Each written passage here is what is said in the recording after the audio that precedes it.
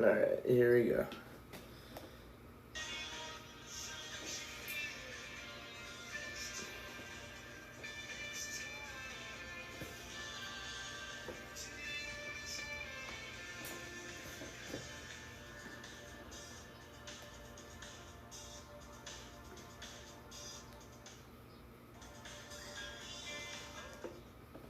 From the Lone Star State.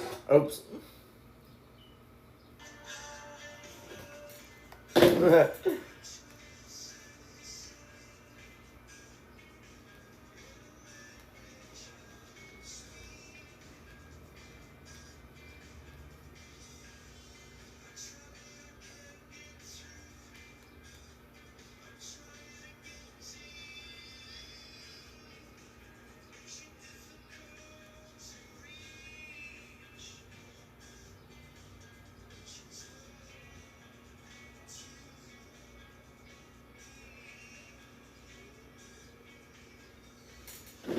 How long has it been since the truck has been in Michigan?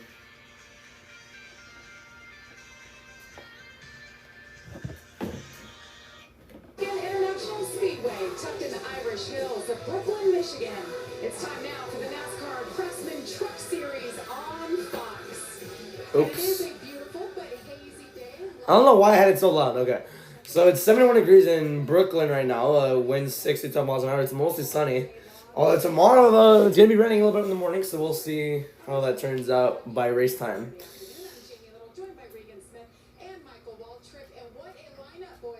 Why aren't they at the track, bro? They're going to miss a bunch of wrecks now. How long has it been since, like legitimately, how long has it been since they've been to Michigan?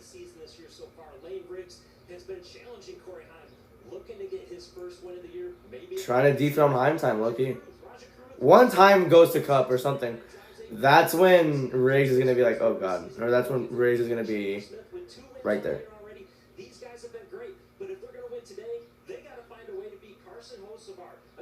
They're on Big Fox today, so I don't know if I want to see this. Well, the star of this show might just be the racetrack itself. It is so racy in qualifying.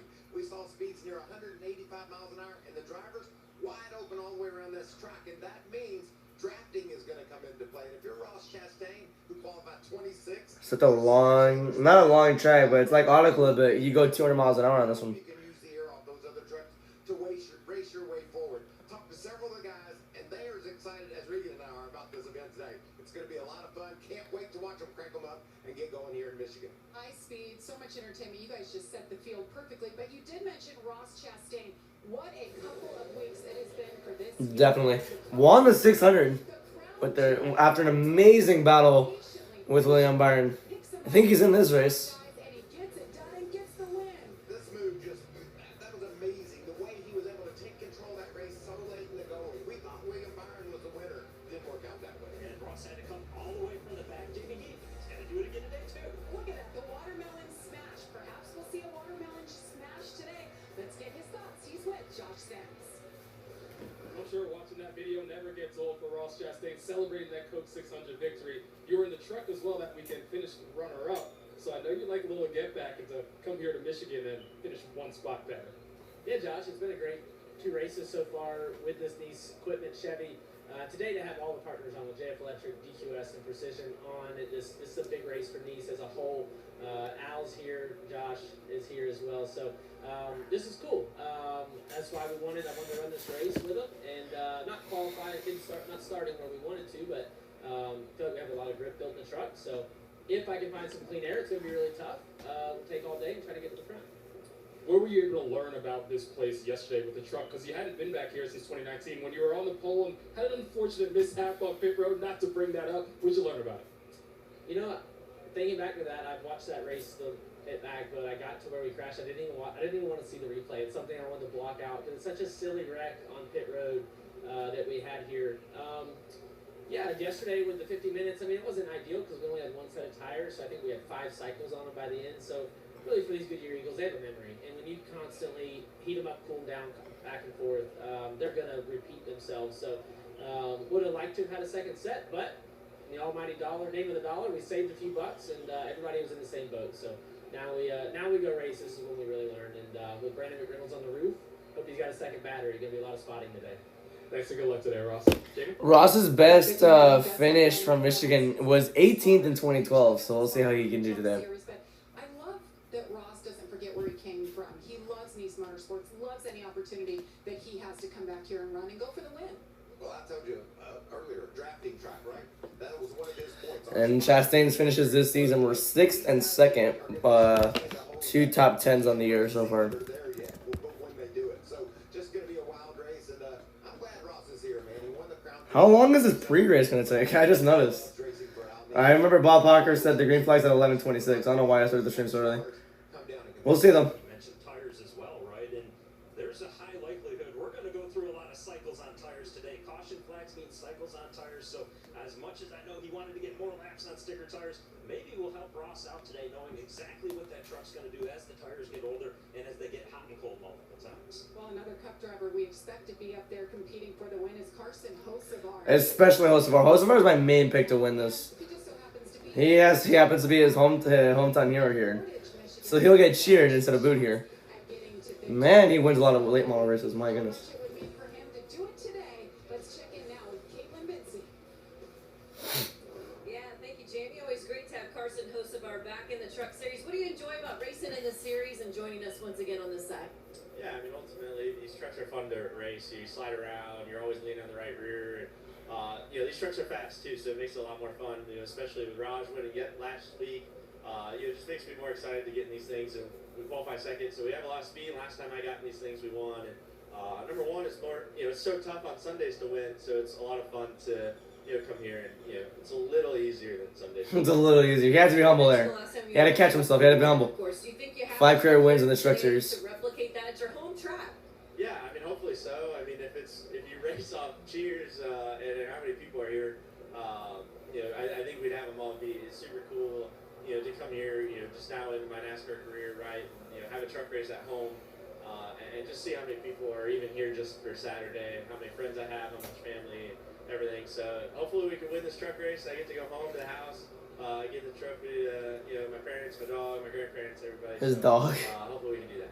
Thanks for your time. Good luck to you. Carson Hocevar, 5-time winner in the Truck Series, looking for win number 6 today. Jamie? He won the last 2 of the. He won 2 of the last 4 truck races he's ran, which he won at Kansas. So pretty cool there.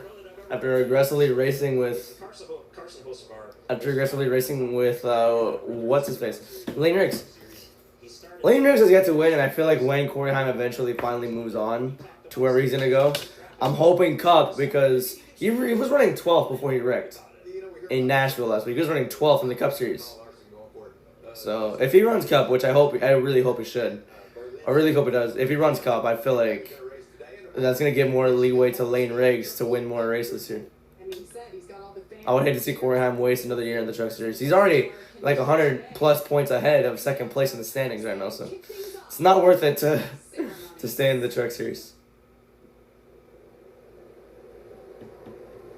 Please rise as you are able. Remove your hats and veterans render a hand salute as the Belleville Navy Junior ROTC Color Guard presents our nation's colors.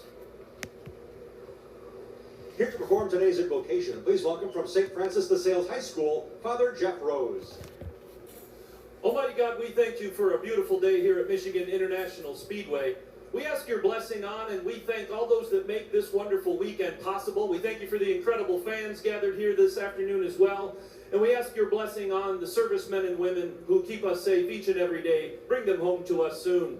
And we ask that you keep our drivers and team safe as they compete for us today. We ask all these things with great faith, hope, and love. Amen. Amen. Long one. Perform the Canadian anthem. Please welcome Michigan International Speedway's own Lisa Bascom. Canadian. Oh yeah. Oh, Canada, our home and native land, true patriot love in all of us command.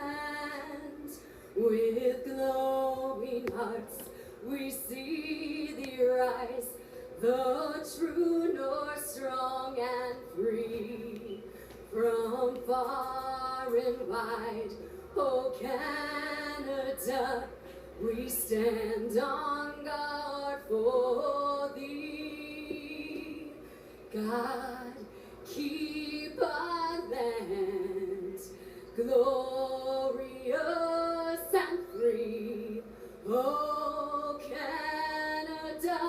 We stand on guard for Matt Crafton's kid, I'm sorry. oh, Canada, we stand on guard for thee.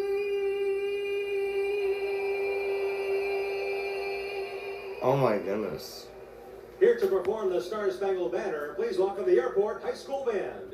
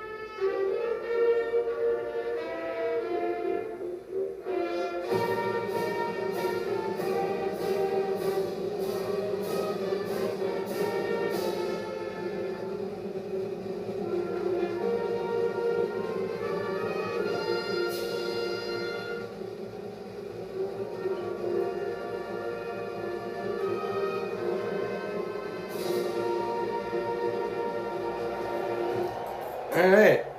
Let's hear from Lisa Bascom and the Airport High School Band for their performances of the Canadian Anthem and the Star Spangled Banner. Alright, the Canadian Anthem. I remember I was watching Elimination Chamber. The Airport High School Band. Well, we're setting the stage for the CRAFTSMAN Truck Series here at Michigan. 250 miles of action coming up.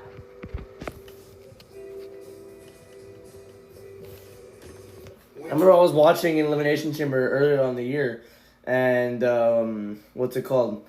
They did the national anthem of the United States in freaking Canada, and they were booing the hell out of it, which was insane. Could tonight be the return of Roman Reigns? Like, let's go. We have a while until the green flag happens.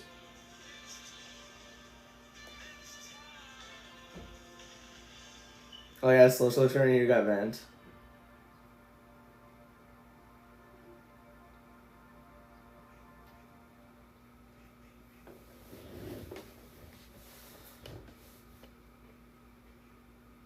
Turn the world around.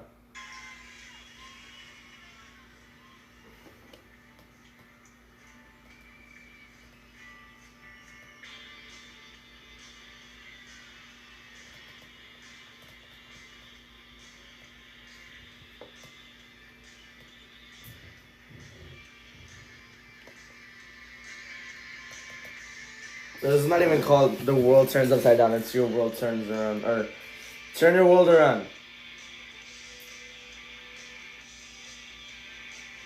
Why are you retards in summer school?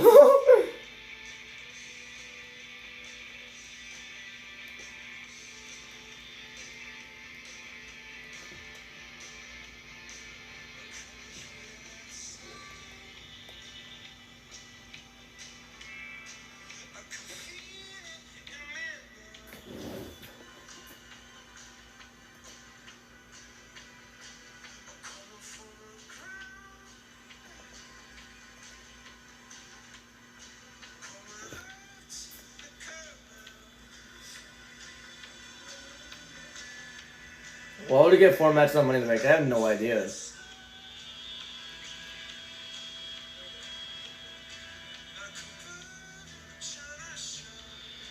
17,000 fans are expected for Money in the Bank tonight. Cool.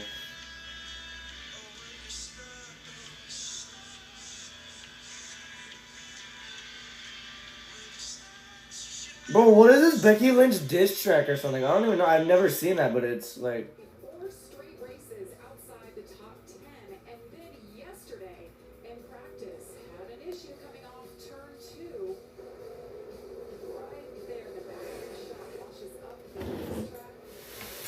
I didn't even know truck practice was yesterday. What are his thoughts moving forward for today's race? Moments ago, he talked to Josh Sands. Well, Ben, unfortunately, yesterday your practice session gets cut short about 3 laps into a 50-minute session of practice. So, how are you feeling going into this race, not getting the practice? Ben Rhodes Rex later on, calling it.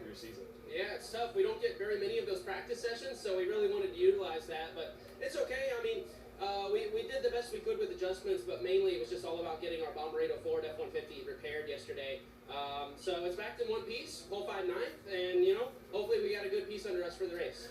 Good luck, man. Ben Rhodes' best Michigan finish was 6th, and he did that twice too. Michael, what do you think? His chances are today. I know they got that hiccup out of the way, and the truck is up and ready. So Ben Rhodes in trucks this season, he has 4 top 10s. His best finish was 5th. Fairly quiet this year. I mean, he's a 2-time champion, won in 2021, and in I think 2023. Man, that 2023 championship race was terrible. But he's been like fairly quiet since I haven't seen much of Ben Rhodes ever since then. I have his diecaster somewhere. I have his diecaster somewhere. I just don't know where I put it. I'm gonna have to look everywhere. I have a bunch of diecasts. I'm gonna sell some of them. But 13th in points for Ben Rhodes, 4 top 10s, and his best finish being 5th. So it's pretty cool to see there. Play out leaderboard. Yeah, Corey Haim's already clearing everybody. He's already the regular season champion. Everybody, shut up. Chandler Smith, Tyler Rickham, Danny Hemrick, and Roger Cruth are all locked in on wins. You have Enfinger, Lane Riggs, Honeycutt, Garcia, and Majeski still in. Reguero just hanging out by 48. There's Friesen, Ben Rhodes, and Tanner Gray. But yeah, you have Honeycutt in the freaking playoffs. You have Jake Garcia too. Jake Garcia does not get enough credit. I feel like Reguero will make the playoffs, honestly. I really think he will. It's going to be close, but I think he will. So yeah. But locked in the playoffs is Haim, Smith, Ankrum, Hemrick, and Caruth. Haim was already the regular season champion, no doubt about it. Michigan International Speedway. Give a big NASCAR welcome to River Rouge alum and Michigan State football wide receiver Nick Marsh and the president of DQS, Michael Gorno. Who? They're here today to say the most famous words in motorsports. Take it away. Go green! Go green! The moment you all been waiting for. Drivers, start your engine!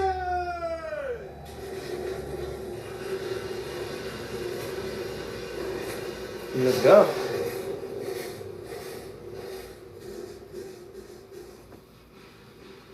Alright, engine starting. We're on Big Fox, so they better not mess anything up.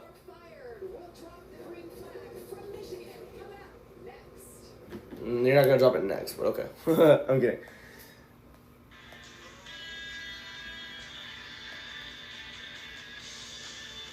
Ten to the dozen. I'm gonna have to watch YouTube because of the Worlds Collide show.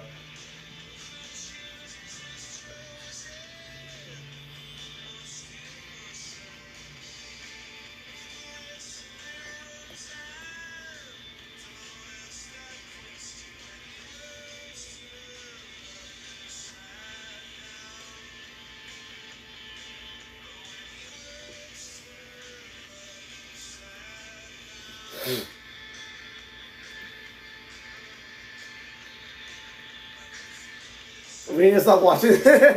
I saw that earlier, yeah. We need to stop watching WWE, guys. I'm only excited for Money in the Bank because of the ladder matches. The other matches don't move me at all.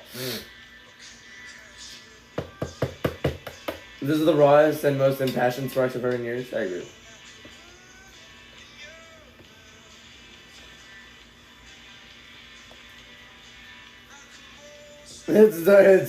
I'll say don't believe it, bro.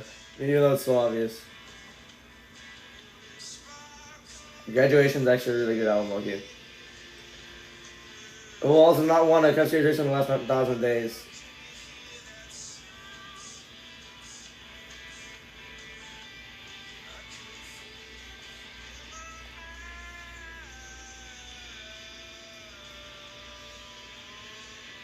Civ.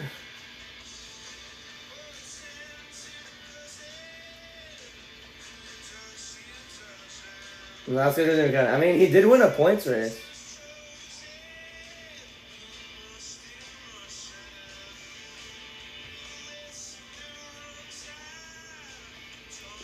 Is that how long he was born? Is that how long he's been alive?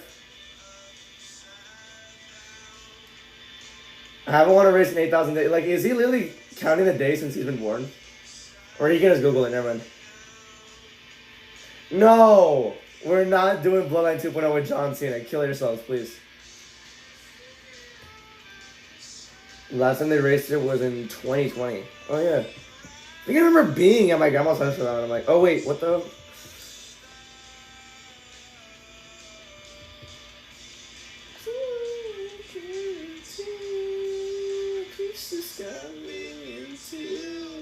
Actually, kill yourself. I really do not want that in my head. Are you guys watching the make? Oh yeah, I'm watching the make.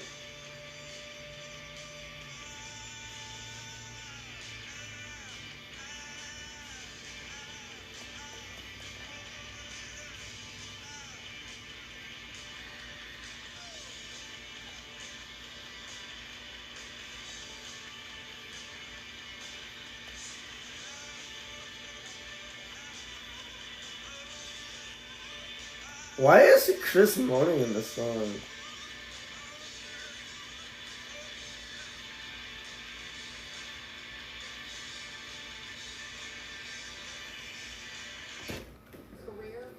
Alright. Who? Oh yeah, Raja. Well, Raja Cruz, this is Regan in the Fox Sports booth. All right, buddy, a big win last week. A fantastic job on the track by you. How's the week been, and what are you thinking about the challenges that Michigan's going to present to you today? Yeah, thanks for spending some time, Regan. Definitely a fun week for sure. It's always nice to see everybody's spirits up at the race shop. And it's got to say thanks to everybody at Smart Motorsports and Chevrolet, but also our supporters at HedgerCars.com with Mr. H. and Ms. Linda and everybody at the automotive group. So this place is fun. It's fast. Not going as fast as some cup cars used to that you drove, but definitely going to be some fun racing here in the pack with some of these good truckers. So expect to have a fun race this afternoon here on Fox. Well, man, we're looking forward to watching it. I'm sure it's going to be really exciting out there. Good luck today. Thanks, Raja. Raja, 2 career wins. 2 career wins. Long on Silvers. Let's see what Chandler has to say. Why? Smith, has Michael Walter been the team with Fox? Do you copy me, friend? What's up, Mikey? Man, we are so What's up, Mikey? excited. Thank you. Thank you for starting in the back so we can show people what it's like to dice up through this field using that draft at speeds up excess of 185 miles an hour. The glaze is actually insane. Buddy, I'm ready. The Michigan crowds came out and they're showing out. The stands are pretty full for what they got open today, and I'm excited. And hopefully we can put a good show on for the fans back at home and here in Michigan. All right, you're my pick, buddy. Make me look good. Dang it, Mikey, why do you have to tell me that? Why'd you just tell me that? Okay, at least Chandler's got a sense of humor. All right, let's take a look at the CRAFTSMAN starting grid. No, you're not doing that because I'm doing that. Okay, so now let's actually look at the starting lineup. So you have Luke Fenhaus starting on the pole. Okay. You have Daniel Hemrick. What the hell is going on? Why is it messed up? I have no idea. But it says it's Luke Fenhaus starting first. Where the hell is Hemrick at if they're showing him in first? I have no idea. Luke Fenhaus is starting first. You're gonna have Hocevar in second. Cornham's in third. I feel like Hemrick's in fourth. What the hell is going on? Here, Tom Majeski looking to get his season turned around. John Wood, great qualifying effort for that 91 truck. Let's take a look at the rest of the field. Some big names. Hemrick's in row 6. Why are they showing him? Okay, I'm just not gonna do this anymore because of how glitched up it is. But Fenhaus is leading. Hocevar's in second. Craftsman's in third. And just behind him, we see Caden Honeycutt. We know how good he is week in, week out. Look for this 45 truck to charge up fourth front. And every page that flips are against Damn it, bro. potential winners. And Gio Ruggiero is going on. Corey LaJoy's in the 07. I barely noticed that. Alright. Well, let's see the notable names here that we can note down for this race. You have Hocevar obviously in the 7 truck. Big factor here today to win. You have Brenninger and... Okay, never mind. You have Morgan Baird. I don't know who that is, but he's starting in the 2 truck today. You have Josh Reum in 15th. I feel like he's made some starts this year. You have Lawless Allen coming back to the 1, which, oh god. There's that. Corey LaJoy's in 24th here, so... And then that's basically 4 new names. Or not new names, just notable. On TV. That wasn't until an opportunity came to run run 9 races with Spire in the Truck Series. And when I caught up with him yesterday after practice, he couldn't hide his excitement. He told me, Josh, I'm just so excited to be back in the trenches, working to get my truck better, to diagnose issues, and figure out how we can win races. And that right there is the key. He told me this isn't a springboard to get back anywhere. He said, I want to focus on the now, not just get wins for myself, but for his 3 young kids. We'll see if he can do that today, Caitlin. Well, Josh, Corey Heim has had a very busy weekend. Found out yesterday morning that he would be the relief driver for Jake Finch in the Arc Menard series. Talked with Corey earlier today. He said actually those opportunities are great for drivers to get that additional unexpected track time. He said, I definitely learned some things I can apply to the truck race today. Corey lost in the ARCA race last night too. Now, of course, his sights are set on the truck series here today. First start for him in a truck at Michigan. He's the keeper of 4 wins so far this season. He'll be chasing win number 5 from the 7th position today. Jamie? Thank you. He's obviously first in points because it's Corey Heim, bro. He's won at Daytona, Vegas, Texas, Charlotte. Daytona was not a real win, though. So, yeah, 3 actual wins, 1 gifted win. So, yeah, for Michigan, yeah, it's a 2-mile track, which pretty cool there. Banking and the turns are 18 degrees. The front straightaway is 12 degrees, and the back straightaway is 5. The front straightaway is 3,600 feet long, and the back straightaway is 2,242 feet long. So, yeah. Racing house is 125 laps, 30 in both stages, and the final stage is going to be 65. Pit road is 55 miles an hour, and the fuel window is 36 to 39 laps, so they can really make it through the stage without any issues. So yeah, this should be a lot of fun. Will we see a flip today? No. Is this the one to go? This is not the one to go. No, it is the one to go. Yay! We're gonna go green. Oh my gosh, for like 30 minutes in this stream, we're finally gonna go green, guys. I could have started streaming like right now.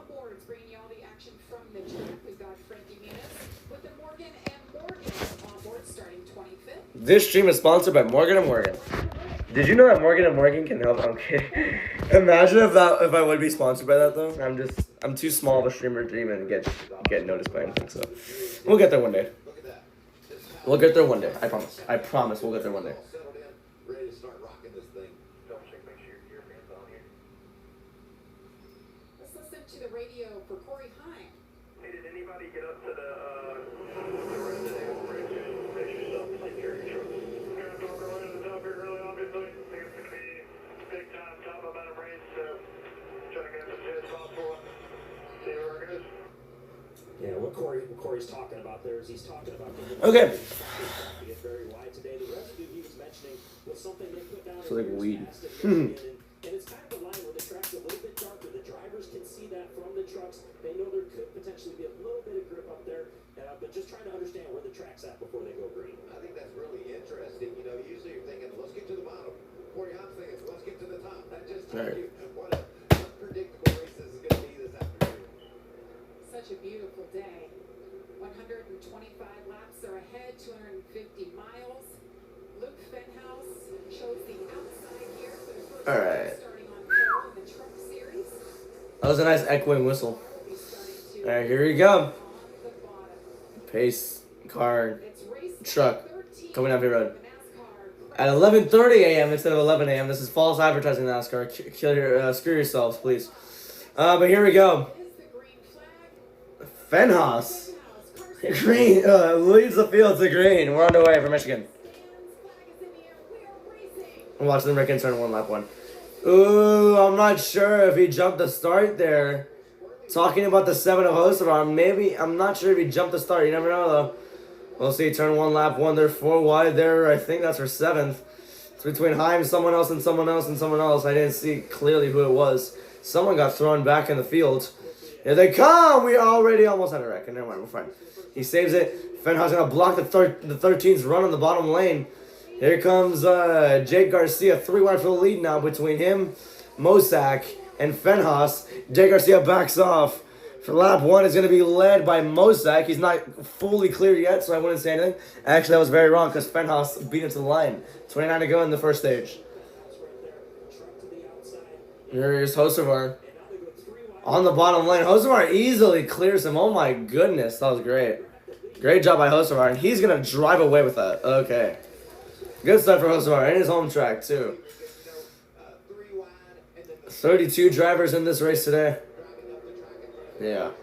Why is Cruton last? I think he got put to the rear. I don't know. Well, something happened at Curtis. 32 trucks racing on track right here. As here comes Carson Hocevar about to lead lap number 2 here. And then now I feel like everything's just going to come to a regular point. This is a drafting track too, so there could be a lot of single file lines for all we know. We'll see what happens as the race goes on though. Great. Lawless, Ellen, and Corley Joy are in this race. We're cooked. We're going to get at least 4 cautions or 4 wrecks here in the first 2 stages alone. Raja's down pit road. Oh no, he's down pit road. He came across the radio just a bit ago, said he thought he had a tire coming down right rear, so they've elected to bring him down pit road. You see him making the stop here to check this. Josh comes off the highs of winning last week, and now early in this race has a tire issue on the right rear. Fortunate for Raja is M-Finger got around. That's not even M-Finger. Oh yeah, that is M-Finger. Got around the 98, but M-Finger got really loose. Got passed back by Majeski and Perez, and now actually I didn't even know what the heck. 27 to go. Everyone was aware of M-Finger. M-Finger got a great run on the straightaway.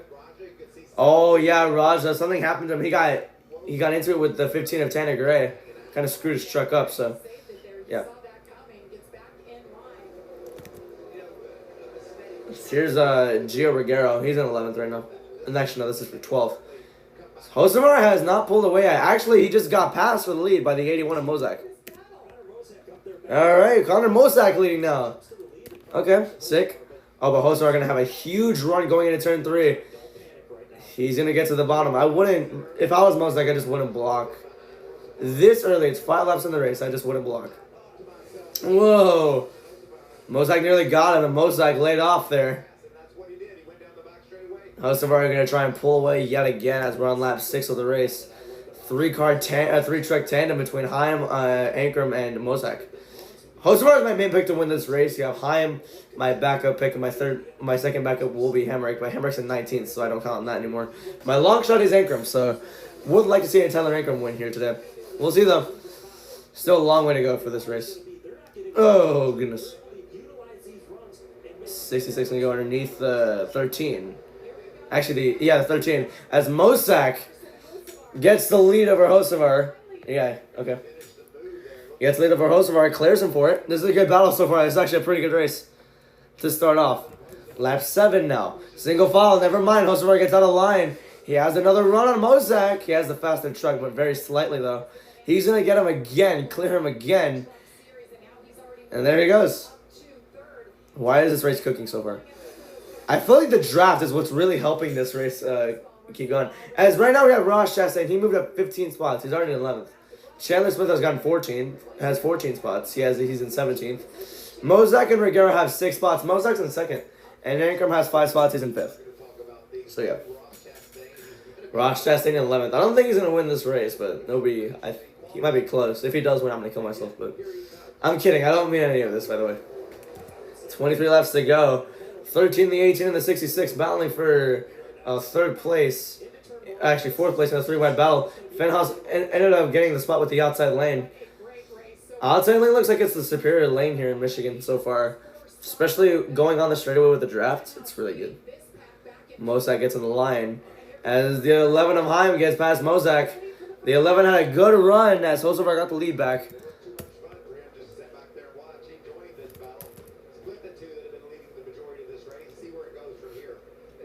See if Haim Time can have a run here going down the straightaway.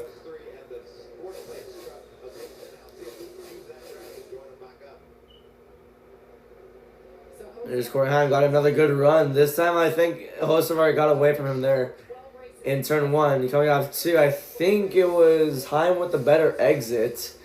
Now they come down the back straightaway. It's 2:10 separating them. I have no idea because the leaderboard's not even working right now. So here's Corey.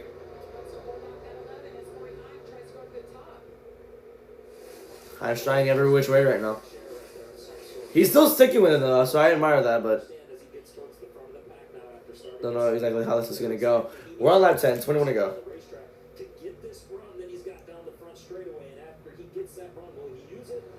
Right to the bumper. Can he get to him? No, I'm not too sure. I'm watching Dominic score here, and It's around lap 10. consistently the fastest time runs are outside of the top 10.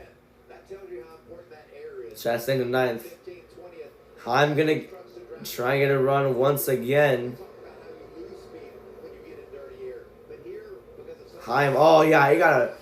Didn't get too much on the outside lane there. draft to make yourself I just jinxed it when I said the outside lane's a better lane. It's really not. Made a mistake there.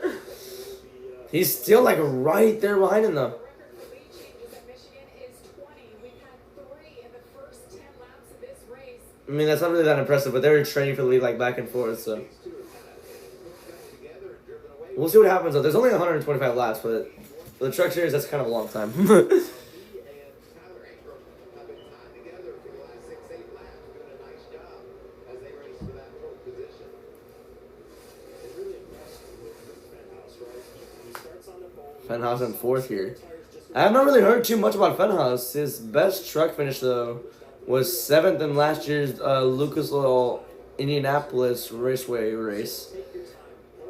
He's 21 years old, so I feel like he could. I feel like he's gonna improve as time goes on. As that time, Hocevar just got a better. Oh, now the leaderboard's finally working. It looks like. I don't know. They might not have fixed it. Never mind, I was wrong. Here's Chastain in 9th here. Started 26. He's already in 9th. We're not even 15. We're not even halfway done with the stage. He's already in 9th. That's how fast that 44 truck is. Although he might be stalling. He's a second behind Garcia, and he's 3 tenths ahead of Emvinger. So yeah, here we are. Here you see Ross working his way through the field. He felt really good about that truck yesterday despite not qualifying well this morning. And for him, this is a little bit of a get-back race. In 2019, he won the pole, had an issue on pit road that took him out of contention, but he felt like he was the best truck that day. Feels similar about the truck today. We'll see if he can get a little get-back and get that win that he felt he should have had in 2019. Right now, saying the truck started off a little tight. Similar problem we reported in practice yesterday. Heim is not gonna let go of that 7 truck right here. As we come to 17 to go. Like, I didn't even want to watch a replay at all. That's out of my mind. I want to go on and win. He's there. Oh, this time he has a good run. He has a good run. Can he take it though? Can he take it? Heim, take it. He doesn't need to take it, but he can. He could have. Lost Hocevar again by 3 tenths that time. As Caruth is back on track. He's 1 lap down though. As Norm Benning is off of the race for now. Wonder what happened there with him. Roger's currently 31st. Zayas was where he started, which was 13th. His lowest was obviously dead last because he had to pit. But now Norm Benning is off of the track for various reasons.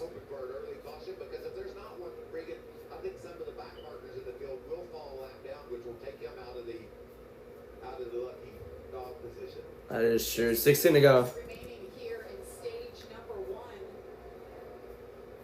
Heim is just not getting him. I just feel like he's doing that on purpose though. He's trying not to move on him on purpose. I think he knows Hocevar's gonna be aggressive for that lead.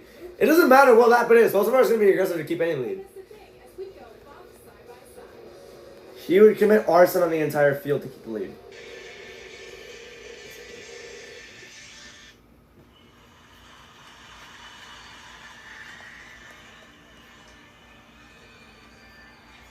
You're down to 1.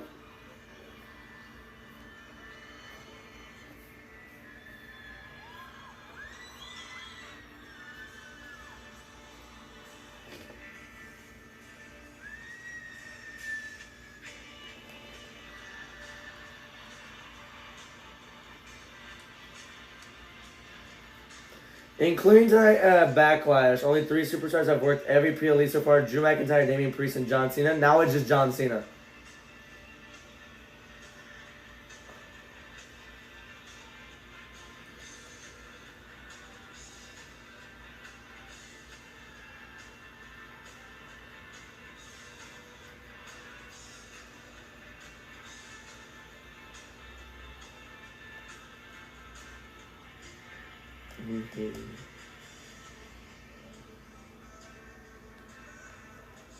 Why have I never heard this version before? What the hell? These are different lyrics. Alright.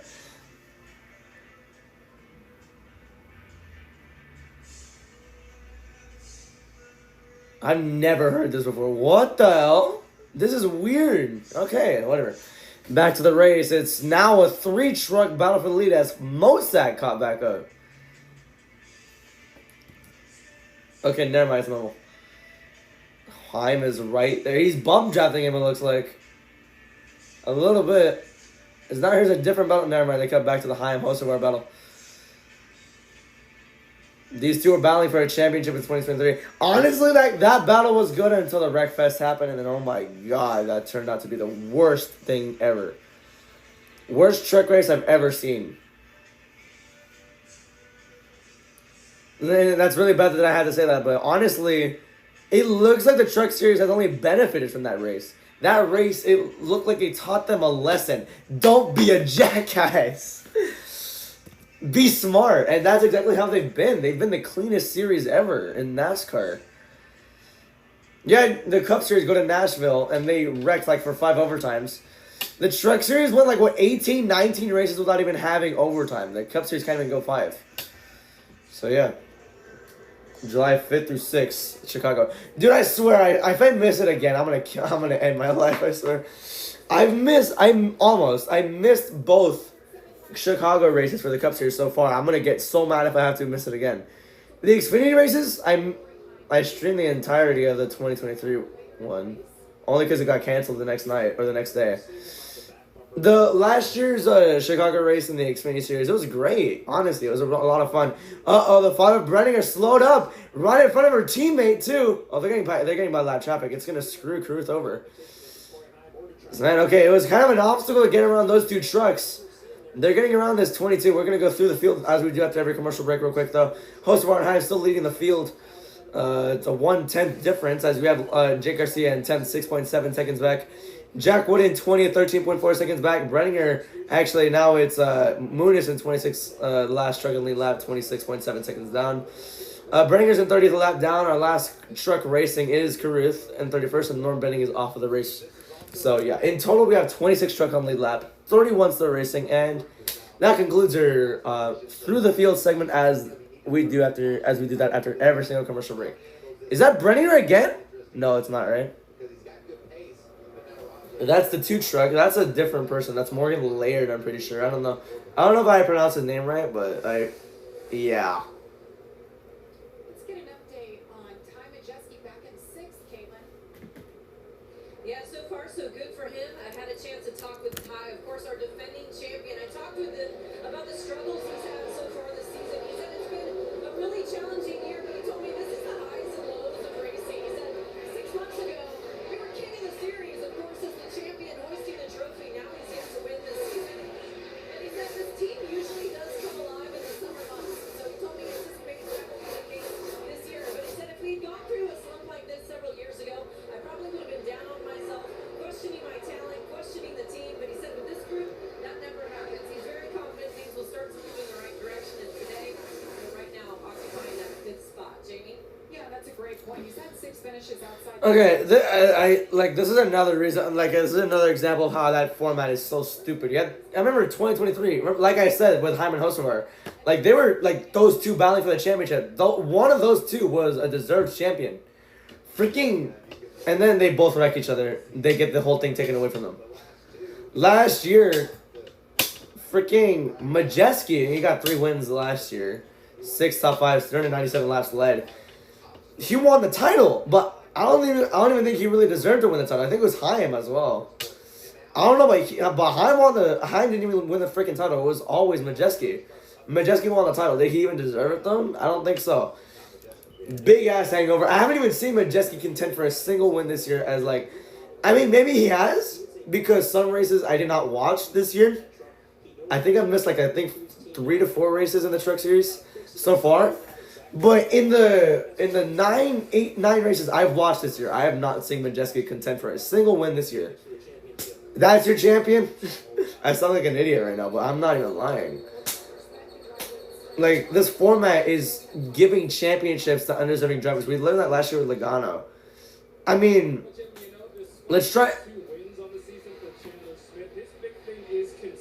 Especially during this last 6-race stretch. Of course, it's nice to win, but he's also got 4 finishes on 13th or worse during that stretch. And he told me we just need to even things out right now.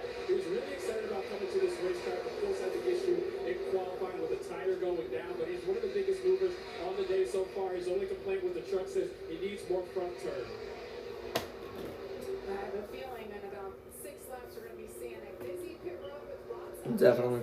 I wonder how big tire fall off here. They removed the traction compound, so we'll see. Ooh, Chandler tried going for Jake Garcia there for, what was that, for 12th right there, so yeah. Okay, so what was I saying? Undeserving champions, I mean, okay, 2024, it was obviously Logano, like, bro. He did not deserve that championship at all, dude. He had like an average finish of 18th. He barely, like, sneaked his way to the round of 8 because Bowman got DQ'd. Like, bro, that's just dumb. He won a title because of that. If Bowman did not have an illegal part, Logano is not a champion.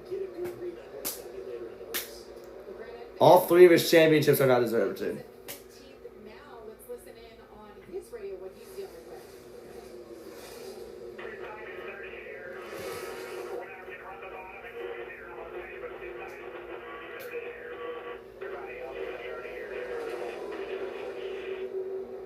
Jeff Stankwitz, the crew chief, he's reporting what his issues are too. I told you that. All right. Experienced veterans. What else was I saying? Okay. The spot is saying that no one else is doing 2023, who won that year? Who won that year? It was, I think it should have been Larson, right? No. Well, who won 20? It was Blaney. I don't know who should have won that year. I don't know. I'm not gonna lie. Probably Byron, but he fell off. He actually has fall offs. So I don't even think that was entirely deserved. 2022 was obviously Chase Elliott. It should have been him, but Logano won. So Elliott got wrecked in that race. That's why Logano won. Yeah, he got Chastain, so that's why Logano won. 2021, Larson deserved it. What a freaking driver. Dominated the entire year. He deserved it. 2020, it was Harvick. He didn't even make it to the round of 4. It was either Harvick or Hamlin for that one because they both had an amazing season. 7 wins for Hamlin, 9 for Harvick. Hamlin barely even made the championship. How does that work? How did Harvick not make it? And how does Hamlin barely make it? Make that make sense. That format, I've enjoyed it because it brings like a sense of, oh my, I'm expecting this. But it's just gotten plain stupid lately. I don't know. 2 to go. You still have Hocevar and Hines still battling for the lead right here. I ranted enough. Let's keep going with the race. Nothing has happened, but it's been a fairly good race, I can't lie. As Honeycutt gets past Fenhaus for 5th. Is that Andres Perez in 9th? It is. Lane Riggs is in 10th. They're not going to get the final stage point, it looks like, if things don't change. 26 trucks remain on lead lap right here. I don't think Norm Benning's back in the race. He is not, so, yeah. As now Ancrum's going to get by Fenhaus. I wonder what happened to Fenhaus there. As we reach lap 30 of the race and the final lap of the stage. Is Heim going to get him right here? Oh, yeah, no, he messed up that corner. I'm not sure if he's going to utilize the draft now.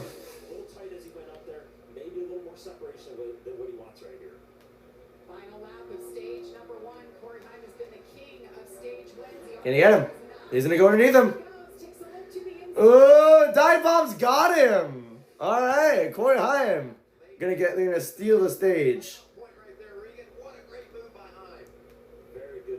He doesn't need the points, but hey, it's. He doesn't need the points, but hey, why not, right? Corey Heim wins stage 1.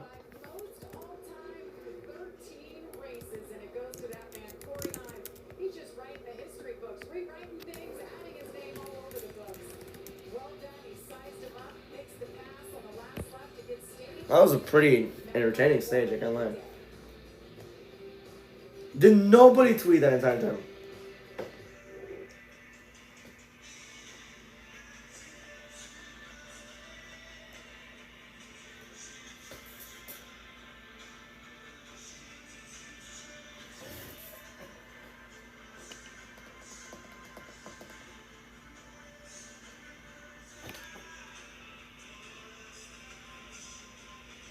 Close to I have 1-2. I hate that guy.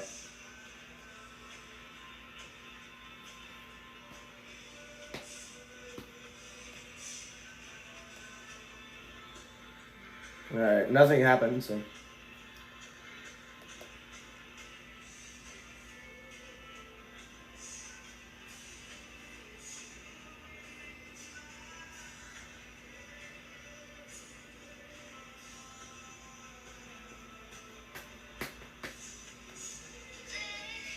Alright, my man.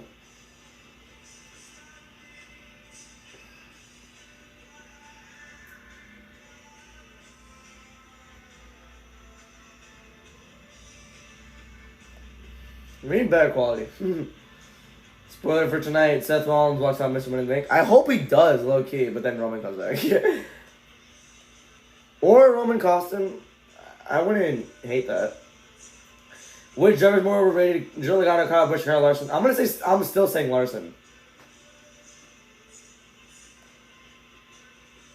I'm still saying Larson, low key. Even though like he's an amazing driver, but they're saying he's better than Verstappen. They're saying he's better than some of the best IndyCar guys when he wrecked in that race. He's like have him race an F1 race. See how that works. Like no, he's not the best in the world. He's probably a top 3 NASCAR Cup driver.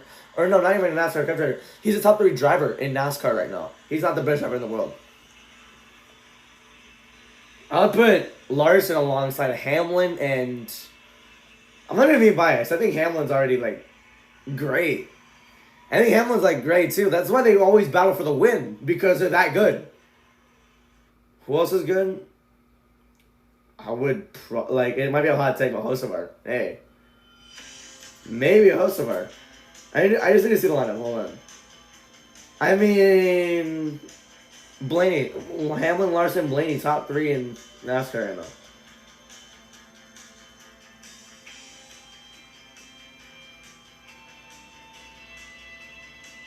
Heim should have flipped him off. Yeah, he should have.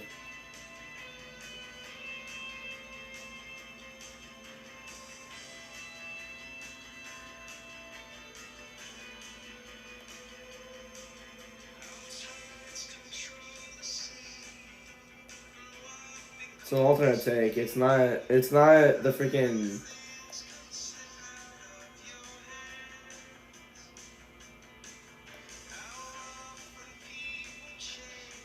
Never mind. Man, the Daytona road course was fire. I can't lie. The Daytona road course was fire. Is in the books, and what a stage it was. 4 different leaders, and Corey Heim held his own, held on, just tucked in on Carson Hocevar, made his move on the last lap to get that stage, win the playoff point, and now he has led in all 13 races this season. Pretty amazing stuff. Well, speaking of amazing stuff, the 2 gentlemen standing to my left, they know how to get around this place and find victory. Let's look at yours, Michael. Yeah, mine was really special. I have a really Michigan Xfinity race.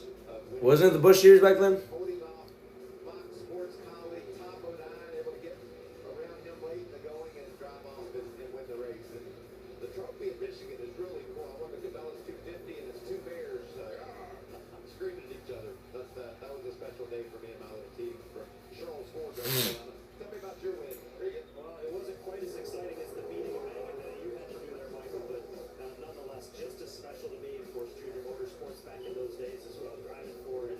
And Kyle Larson, opportunity to go out there and beat Kyle Larson. Wasn't Regan some of the piece of shit back then? I'm not kidding. I remember him being universally hated among NASCAR drivers. Enjoy that, and certainly Kyle. Luckily, he's not anymore. I like him. It was a 2011 Southern 500 winner. That's the only stat they can put up for him. For Jamie Little, Fox NASCAR. Well, they put Waltrip as a 2-time Daytona 500 winner. They put freaking Regan for the 2011 Southern 500 winner because he hasn't won anything other than that. Jamie Little, they put Fox NASCAR.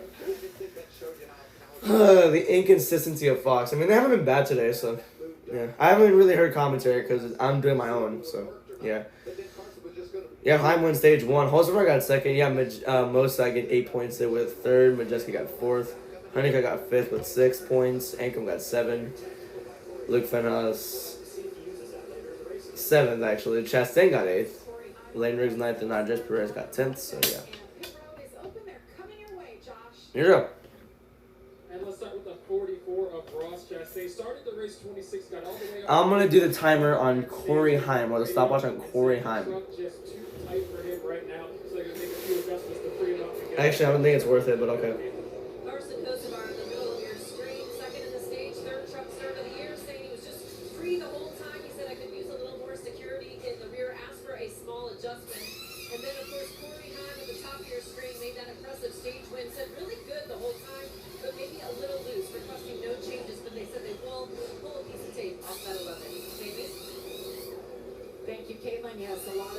adjustments to these racetracks. Regan, the airport 15.3 for Heim, and he gets the win after run. All right. here for this race. So 15.3 is an average stop for the Truck Series. They're here to hold serve off of pit road, meaning they stayed in their positions. Nice job by their pit. How many laps did they run under caution? Oh my god. It's actually incredible. Do need something significant, and we may see some guys that have to get a little additional work there. Absolutely. Stage number 2 coming at you. It'll be a 30-lap run, just like Not even a 30-lap run. It's gonna be like a 23-lap run now because of how the caution laps go. Which I hate that. Hate that with a passion.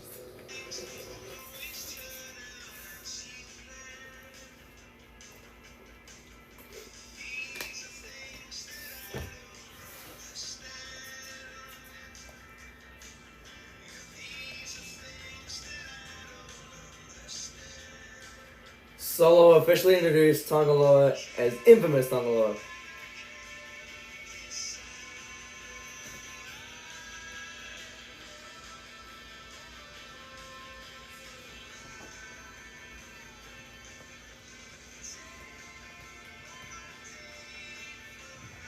How bad is the commentary?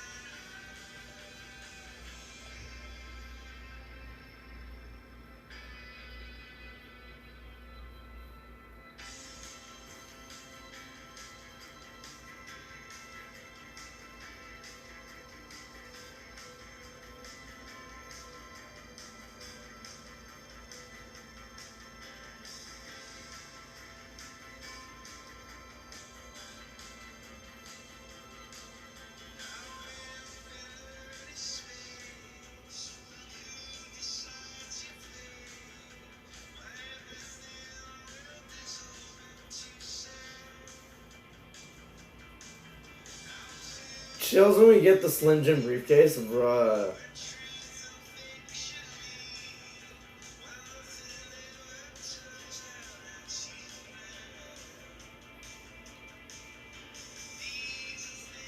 We cannot do the Solo Sokoa push again. No, not this year, please.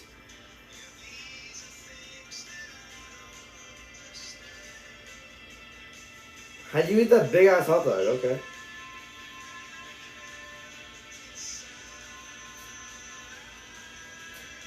Liv Morgan should stay a tag team wrestler. And kind of agree. I mean, I'm just worried if they give her the title again, they're gonna book her horribly.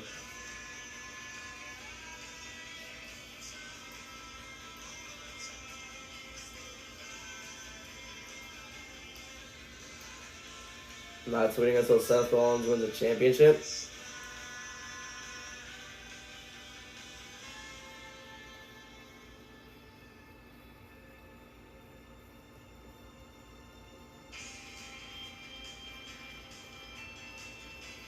Alright. This is not even that, okay.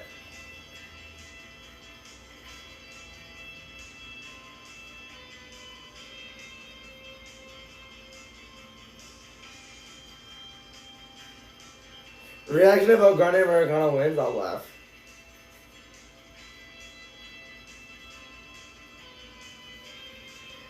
Yeah, Dom's title reign, man. They fumbled him. I forgot he even was champion. That's how horribly booked it's been. greatest test returns is sovereignty and journalism. They face off in the 157th Belmont Stakes. Two of the season's biggest names in one race to settle it all. Coverage begins today at 4 Eastern, live on Fox.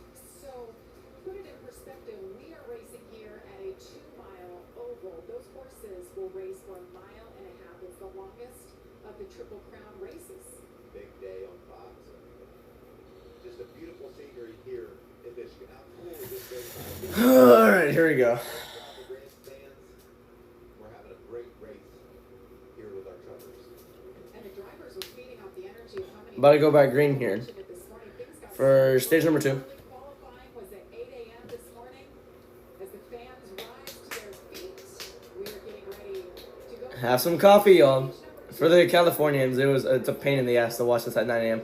But green flag's back on the air, back on the way for stage number 2. As we almost had a huge wreck that happened on the restart. It was Haim and Mozak that started side by side with each other. Oh boy, imagine they can stay green for 2 stages. I'll be so happy. We had pretty good racing, and they stayed green, clean and green in the first stage. So we'll see how that goes here. Hocevar getting a big push to Haim on the outside here. Will Hocevar be aggressive and take the lead right here? Maybe, maybe not. Well, not 38. We already have 23 laps to go, so it's not even gonna be that long of a stage. So we're fine. We have 20 in the end of it. We have 28 trucks still on lead lap, and we have 31 still racing. I'm pretty sure. Yeah, Norm Bennett's still off of the race for now. I wonder if Caruth's on lead lap. I don't know. I didn't see. Yeah, I didn't see. I can't really see. Ooh, Chastain in front of Chandler. Smith slid up in front of him. Not great. Oh yeah, Caruth is on lead lap. We're fine. It's here's Hemrick now going to get in the back of the 38. 38 going to bump Chastain a slight bit. He's going to get underneath him and clear him easily. Slide job. Chandler gets ahead of him.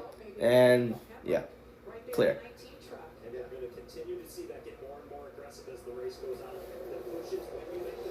Alright, 21 to go here. Chastain. Oh, no. Here's Hocevar and Majeski. Now that I caught up to Haim right here. This is Majeski's first time being in the top 3 from what I've seen all year. I'm kidding. Mosak. Reguero's in the top 5. Damn. Finished like 11th in the first stage, too. The only way he can go is up. I feel like when Taylor Gray flipped over at Daytona in the 17, he's like, nah, I'm calling it quits after that. First 6 trucks are still all together with 20 to go on the stage. Let's see how to better lap that time. They had mirrored lap times in the lap before. They just didn't show it this time by. Unless they ran the exact same time, which I really doubt. Then I have no idea.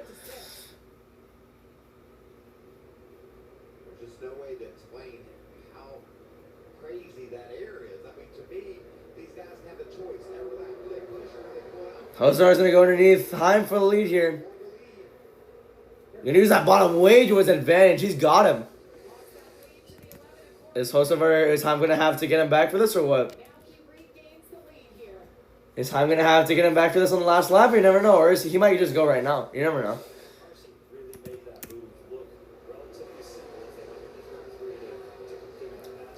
Passing looks easy, but it's really hard. Oh my goodness. Tell that to the Cup guys. You couldn't pass anything in Nashville.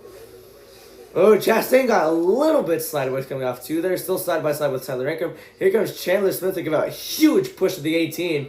Easily got him there. Chastain gets swallowed up all the way back to 10th there. Or 9th, actually. Ingram gonna get ahead of both of them as Chandler and Ross are battling here. Hocevar still leads. Haim now. He's not going to go for him. He's right there. He's teasing. He's teasing a move. He's not going to hit until the last lap, though. Which is dangerous for Carson Hocevar. I mean, it doesn't really matter for him. But if that's lap 125, I think Hocevar's going to kick his ass for that. I can tell, like, people heard my voice just going away right there as I was talking. It sounded like I was about to cry. Sometimes my voice does that where, like, I'm talking and then it just randomly starts to go away, and then I just can't talk anymore, which it really hurts when I do that. 7's gonna go. He's teasing right there. He's teasing. Is Caruth back down pit road again? Bro, that's unfortunate. It's really unfortunate, I can't lie.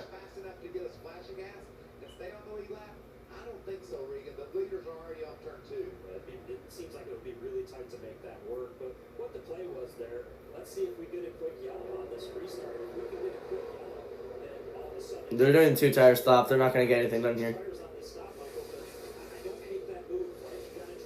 They're doing 4. Yeah, okay. He's just going to hope for a caution then, which I don't doubt would happen in this stage, but... yeah. Who knows at this point? Caruth once again a lap done. Unfortunate. I wonder why he's on pit road again, though. That's not a strategy, that's for sure, but I just wonder. So there's Lane Riggs. Lane Riggs is going to get around Andres Perez for 13th. Got him easily. Unless the 77 has dropped on the outside, he does. Got a good run there. Lane Riggs started 18th.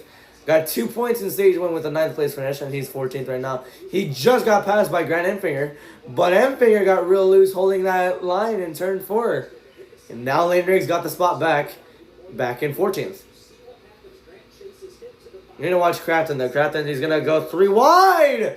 Almost got wrecked. Crafton makes it 3 wide. He clears the 77. I mean, not the 77, the 34.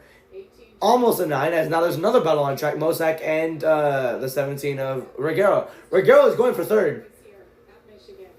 I don't even know where to look right now. That's how good these battles are. Mosak gets past Reguero as Honeycutt to 4th, but he drifts way up the track.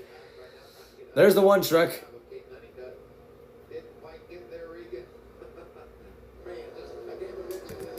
Now they're side by side for 4th. Honeycutt gets around him. Clear, and Chandler Smith gets around Ankrum. That's for 7th. He's going to fall down a little bit, though. Now, meanwhile, there's a 3-truck battle for the lead. They're all running the exact same times, which is, well, that's insane.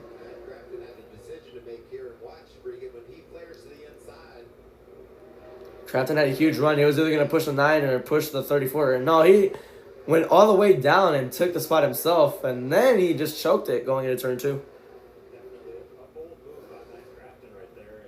I mean, crafty veteran Crafton. See what I did there? Okay. Crafton fell off, though, so that's really sad. He was my favorite driver, like, when I first started watching the truck series, when, like, okay, so I was never a devoted NASCAR viewer until 2019. I was never a full-time NASCAR watcher until, like, 2022. But in 2019, like, I actually started watching, like, in 2016. My first race was Denny Hamlin winning the Daytona 500, so what I'm going to become, so, like, I said to myself when I was, like, 8 years old, whoever wins this race, I become a fan of. Denny Hamlin won that race, and I've been a fan of him ever since. Now, I'm obviously lying because my grandfather, he's a big Denny Hamlin fan. Because they have the exact same persona, I can't lie.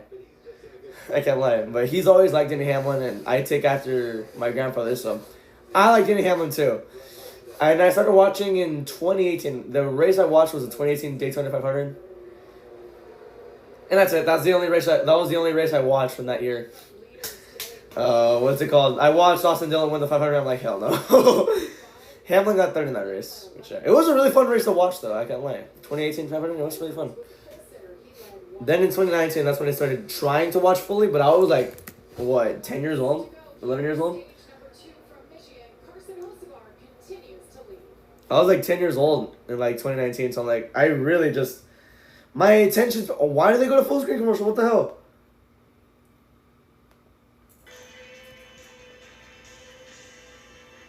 So I was like 10 years old. My attention span wasn't even great because, like I said, I was 10. I was 10 years old, so yeah. Like I remember just watching, like trying to get myself to like watch as much as I could have. Like there's races I watched like from the truck series. I watched the Vegas race. I watched maybe the Atlanta race.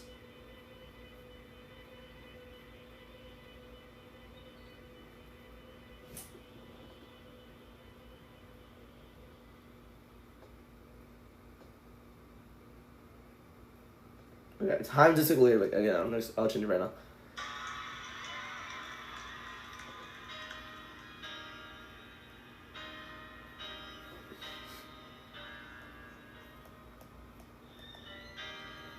Okay, so I was like trying, like, I would watch this random truck race. And I remember I was at a Pizza Hut. I came back to watch the truck race at my house. It was when Greg Biffle was in that race. I remember that.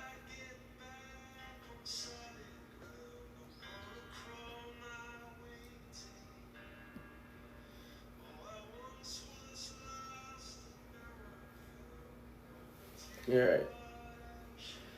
But then, like, in 2020, I tried doing that again. Because it was COVID, too. But I just only watched the Cup Series. I didn't really watch Xfinity or trucks. It was Speedway Classic at Bristol Motor Speedway. I want to watch that game. I just wonder what day it's on. I hope it's on a Wednesday or something. Braves versus Reds.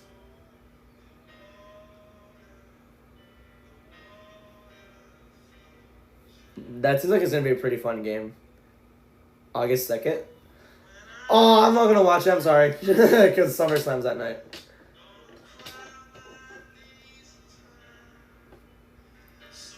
What was I even saying? Okay, in 2021, I almost did it, but that was like the most disconnected I've been from NASCAR. I started watching like everything. Actually, no, just the Cup Series for some reason, like Daytona, and then Daytona Road Course and Homestead. Then I just stopped for some reason, and I'm glad I did because Larson just won everything after that. But then in 2022, that's when I started streaming, which I recommend for nobody to watch those streams. That was when I started watching everything. And that's how I've been for like the past like 3 years and all that. So we're back from commercial. I'm really sorry for that horrible explanation, but yeah, let's go through the field as we do after every single commercial break. Hold on because they're showing a replay real quick. Number 7 truck right there, and you'll see him right here. Stick his hand out the window. That is the friendly number 1. That's him pointing Corey Heim by, saying, "Please pass me. Please pass me. I need to get behind you. I want to get this debris off of the grill." And that's exactly what he was able to do. He didn't flip him off that time.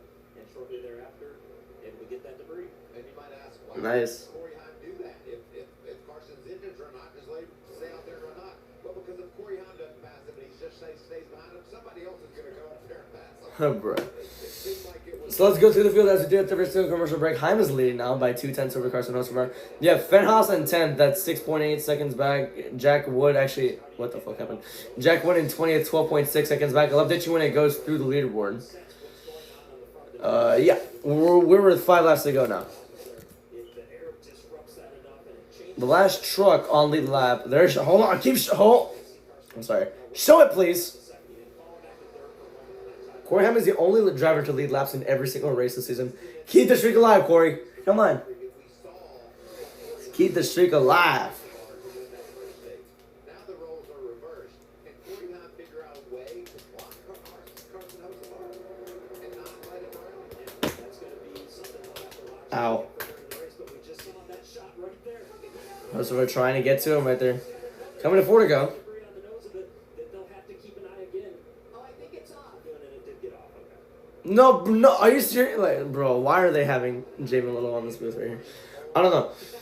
Hocevar does have the fastest lap right now. He has a run. We know how aggressive he is, but this time the roles are reversed. This time it's Heim leading, and this time it's Hocevar right there in second. So, yeah. Last second lead lap is Barrett in 22.2 seconds back. Tony Bringer's in 30th lap down, and yeah, you have Cruz in 31st. Norm Binning's off of the race, so in total you have 26 trucks on lead lap, 31 still racing, and there you have it. It was actually the opposite at the end of stage 1. We know Hocevar. Every time he has a chance to lead, he'll take it. This time he didn't. He's teasing like how Corey Heim did in the first stage. Corey Heim won the first stage by like... He just hung behind the 7 the entire time, and then when it mattered the most, he just got underneath him and got the win. Let's see if Carson's going to do that this time. Then here comes Tom Majeski. Here comes Kate Honeycutt. They're inviting more people over to the party, and I don't think they want that either. It's just so fun to see 2 very highly intelligent race car drivers right there. I'm going to go underneath. Hocevar going to go underneath Heim right here. He's going to get 2 to go. He has dropped, which is honestly proven to really work as well because I've seen it mid-pack as well. But Heim has clean air. That's his advantage. 2 to go. Oh, he's got him. He's going to go underneath him. Oh, boy. Side by side for the lead. Heim's just going to get him on the outside barely, though. Oh, that's close. Man, imagine Heim got turned right there. How much speed he's carrying right now? He would have flipped over. I think he has to mirror drive him. Who's on the bottom lane right there? Now he's in 31st. That's Josh Reum. Here we go. Gonna have it. 1 lap to go in the stage. Oops. 1 lap to go on the stage. We're gonna be halfway done when we go to the green of stage 3. Here we go. So I think he messed up. He's gonna have to try and like really go at him in this final corner right here.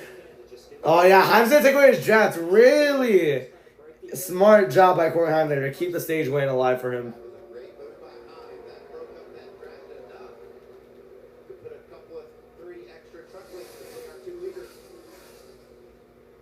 off turn 4. Flag is in the air. And Corey Heim gonna sweep the stages. Very smartly done too. Both stages of a race. Masterful job working the air, Regan. That was a great explanation of exactly what they were doing and working together there or against each other to get that stage wet. Heim gets both stages Corey Heim bangs, picks up his to second start this race. win of the day. He holds off Carson Hocevar. We'll have pit stops on the other side. Been a pretty solid race, I really can't lie.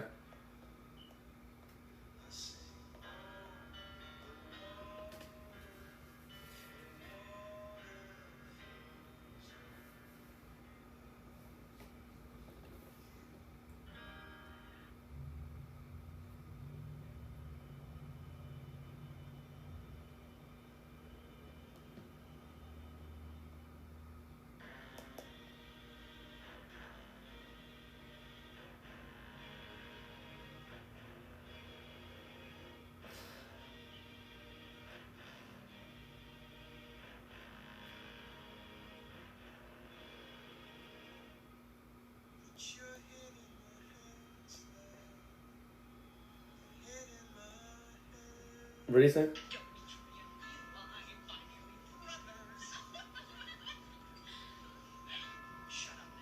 Oh! Okay.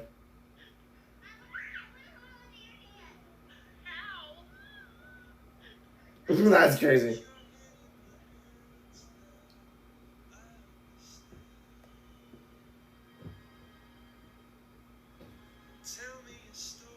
Yeah, it's gonna be on YouTube. It starts at 2. It starts at 2, so we'll be streaming that one.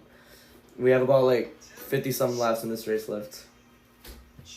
Oh, I think I'm called at 2. No. You were on car for like 12 hours. No, that. It's literally 12.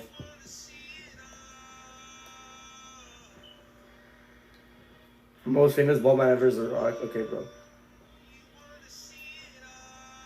I usually see moments I think about a lot. I be comparing Roman Reigns to Hitler. Dark Widow Flowson saying his grandma was so over because a lot of people attended her funeral.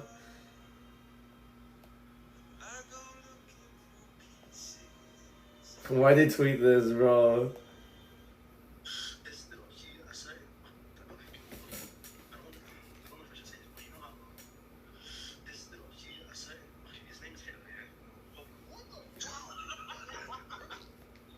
That's funny.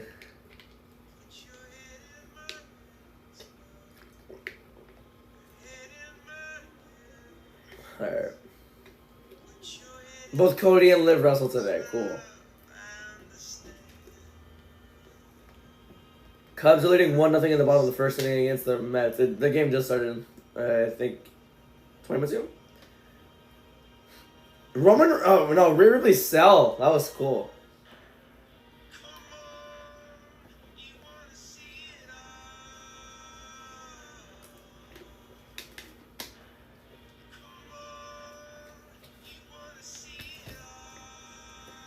Someone put sitcom music over that? Nah. We're seeing pit stops, and then we're going to go back to commercial. We're going to come back, and then we're going to see the final stage. I feel like we're going to have our first wreck at some point. If we don't, I'm going to be very, very surprised. It's going to be 2 to go then. Only 4 leaders, 6 lead changes, 27 trucks on the lap. Okay, it's still been a good race, though. Sorry. Those guys been taking every run that they could, but certainly a race in which guys are sizing each other up as they're planning this thing out, and been a lot of fun so far. Another part of our progressive race summary is on that caution. Rajah Karu, our last winner in the Truck Series, he got his lap back. He will be the free pass and wave his way around and make his way on the lead lap. And he's had a fast track. I've been watching his lap now, and he's got something to contend. But I talked earlier, we need to make those mistakes, have problems early, and get them behind us. It's taking him all the way to the end of the second stage to get back in position to go race these guys. We'll see what he's got. There's that beautiful HendrickCars.com truck. Guys, the wait over the last 5 years was worth it. The truckers have been away since 2020. So glad that they're back at this historic track. I mean, not just the biggest names in NASCAR have won run here. It's the biggest names in open wheel racing as well. This place has just been around, and it never fails. Big pit stop here. We can't have a mistake. Got to make sure we execute on pit road. So we talked a lot about Heim and Hocevar and them passing each other, working together to get debris off the nose. They have a little bit of a history, Michael. Where you did on pit road for this one back in 2023. Yeah, that one really got on my nerves. Damn. Get there and make a mistake. Hocevar. Nah, he didn't make a mistake. Shut up. He just wiped out. Glazer's just allowed to say that. Then Heim just put him on the wall and all that. And then you had a wreck already happening there too. What do you mean bad blood? They're just battling normally. Damn, dude.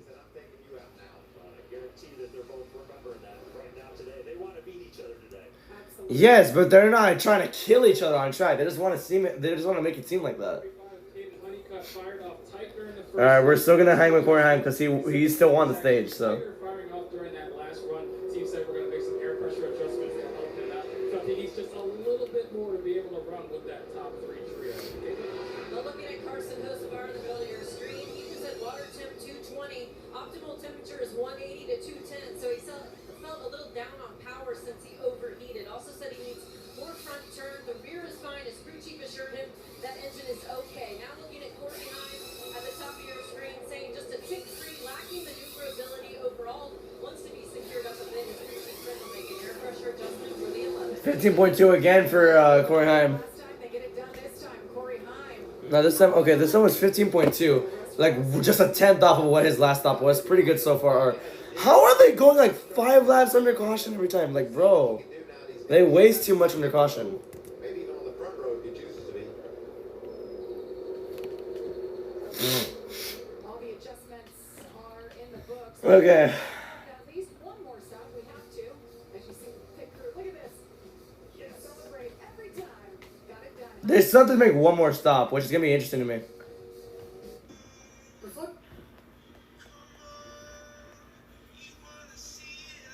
Bro, if you keep saying it, we're gonna hear it. Rain zero, stop.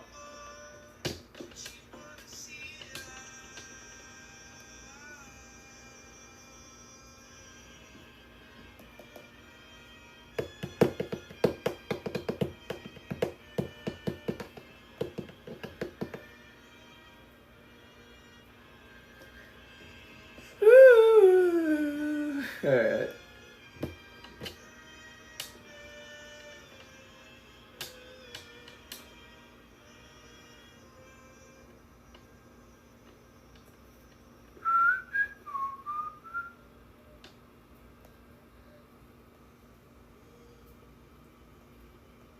Stop killing my vibe.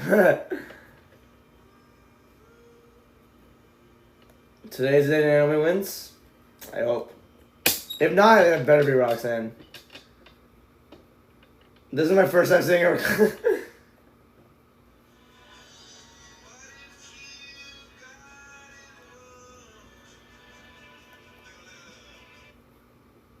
Okay. Nothing to shine then. Damn, what is wrong with you, bro? Briscoe won the pole again, which is insane. Always starting first.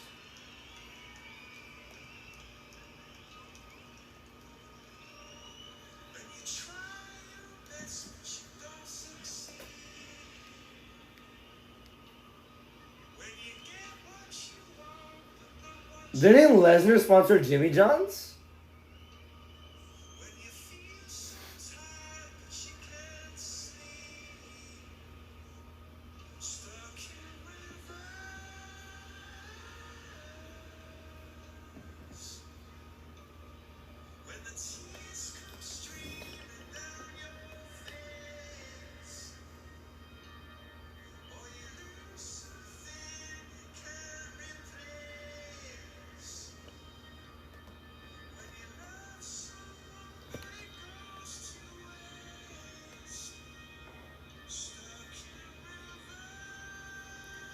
So I can't wait to watch Down and Mysterio brought to you by Chicken and Wingstop. Oh my god.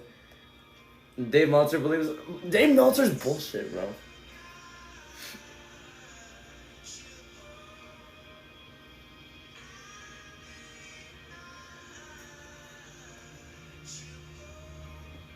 Okay. Man, I forget the time Carlito put out the craziest DDT on Braun record. Low key, imagine if they're in a match and actually reversed it as that. That would be amazing.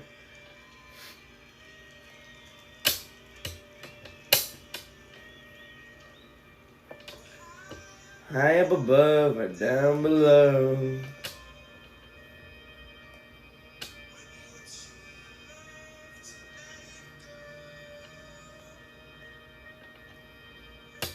They killed his only friend, laughed in his face, and made him hit this.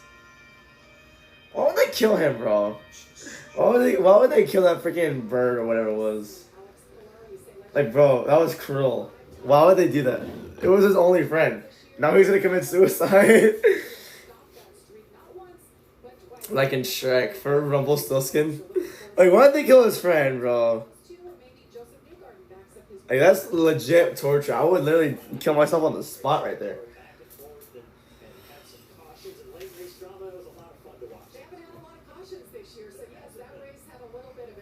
Okay. Well, Michael, you were busy this week. You were down in Atlanta. Yeah, talking about a little bit of everything. We sure did have a good time this past Tuesday in Atlanta when we renamed the Atlanta Motor Speedway with fireworks and all. Look at that. To the Echo Park Speedway. Echo Park has What? the best trade-in value in America, and we traded that thing in. There What? Marcus and David Smith. What? Kim, What? Lady Marty. Just a great day. Chris Okay. showed up, Ross Chastain, Kyle Petty. Look at all the dignitaries, and then there I stand. What that's that all about? Okay. They got Ross holding something other than watermelon for once. A peach. Peach. It was funny because they were trying to get Alright, so it's going to be Honeycutt and Hyman in the first row. We're going to have Tanner Gray and Hosovar in the second row. Chastain and Majeski row 3, row 4, Reguero and Mosak. Row 5, Andres Perez and Chandler Smith. Row 6, Corey LaJoy and Danny Hemrick. Row 7, Matt Crafton and Tyler Rankin. Row 8, Stuart Friesen and Luke Funhaus. Row 9, Jack Wood and Matt Mills. And row 10, riding on the top 20, Lane Riggs and Ben Rhodes. So, Take a look at how things got shuffled up just a little bit. Corey Hyman, Carson Hocevar shoots the outside, but Caden Honeycutt now going to get all the way up to the front row. We've seen him making a lot of passes today. Keep your eye on the 45. Let's get an update on Raja Karut. Caitlin, what are you hearing? Yeah, well, Jamie, remember he had that tire issue early in the race, set them back, but he just made Raja started 13th. Stage 1 and 2 got 28th, and he's 27th right now. He wanted to be freed up, so the team made an air pressure adjustment. He's back on the lead lap, but this has definitely been a race of attrition so far for Raja Karut. Jamie? Yeah, they mixed up their strategy from early on when they had that tire issue. Yeah, the goal for Raja now, right? It may be difficult to get we're going to restart on the funny lap. to the front, but you want to minimize damage for the day. No cautions yet in this race. Very surprising.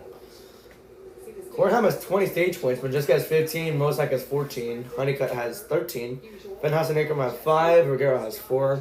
Tanner Gray has 3. And Chandler Smith only has 2. So, we're going to restart on the funny lap with 57 laps to go. I am so ready for this. I love racing. I love racing. Back to green. It's 40 seconds every single lap. We'll see what happens there, though. Believe it or not, this is actually the most tame restart we've had of all of them right now. Yeah, believe it or not, this is the most tame restart we've had. My gosh.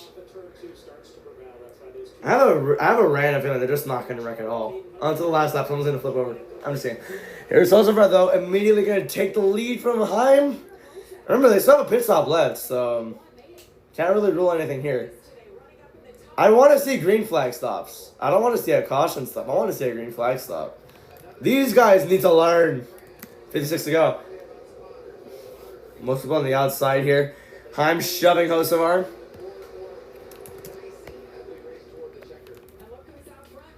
It is Hocevar taking the lead here. Alright, we're back to square one again. Damn. Ankrum with it. Or Hemrick with a big block. Damn, Heim like just right on the bumper. Remember how close Hocevar came to flipping in an Xfinity race like a couple years ago? Yikes, man. I was in 2023. I remember streaming it, then I had to stop because it crashed, I think. You got Hocevar almost flipping that race, and then you had Kyle Sieg actually flip last year's race. Which was really surprising to me. I didn't, like, Xfinity cars, they always race there. Actually, no, it's not surprising. Never mind. It's Michigan. I'm not surprised, but we don't really see flips at Michigan, so yeah, we saw one last year in Cup. I'm just not gonna be surprised because Michigan goes like at 200 miles an hour. I understand why.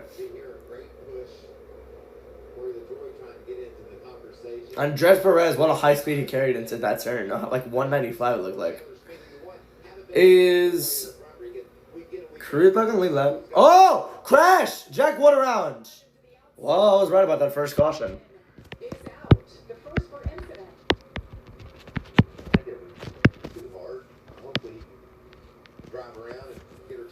Jack Wood, 24 years old. His best finish was at Rockingham this year. Jack Wood was 21st at the moment of that impact. He's going to bring it to pit road. She scratched up, Michael, but doesn't look too bad to your point. Kind of tracking okay. There'll be some flat tires and some skinned up sheet metal on that left side. See if we can catch what happens with that. Well, that's classic just loose, right, Regan? Yeah, just looked to be some air that he wasn't comfortable with, and you can see the front of the truck hop a little bit as he got up there, and almost like once that happened, he just broke all traction, and it just came around. Unfortunately, and Jack running into 21st place, and was trying to get his way back further forward in the pack. You can see that's the contact to the left rear. Hopefully they can bash her out, finish her up at least. Let's hop on board with our buddy Frankie Muniz and the Muniz and Morgan truck. Man, that's a good feeling, isn't it, Regan? When you see a guy starting to slip, but like you're heading in the right direction. You know the low line is what you need. And just a classic Michigan spin right there, right? You get caught in a bad area if you're Jack Wood in terms of the air, as I just mentioned a moment ago, and you feel so helpless as a driver because you know that it's coming around and there's just not a lot you can do about it. Tough break for Jack Wood and a great qualifying effort this morning. There is the reason we are under caution. That was the most bland caution report I've ever seen in my life. Oh my goodness. I was a little.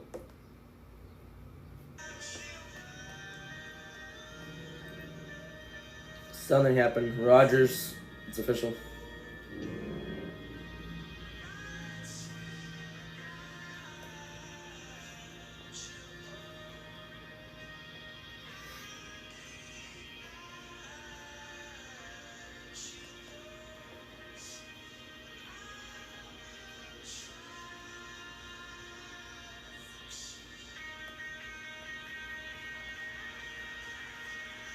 I don't think I would put it right there. No. No. Don't put it right there.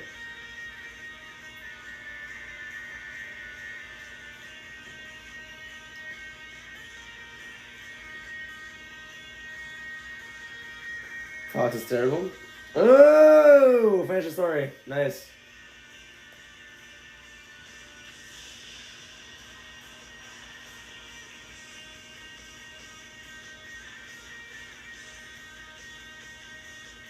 Roman Reigns working TV matches in 2025. That's crazy.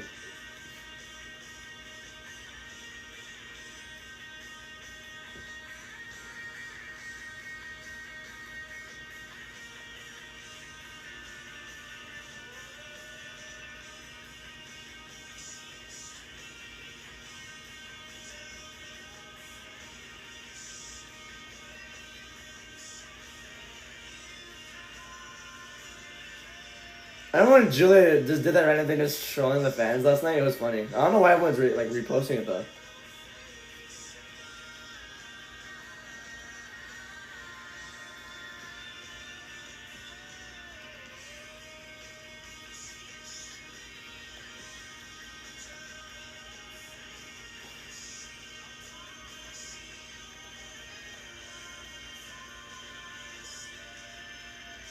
What the hell happened here?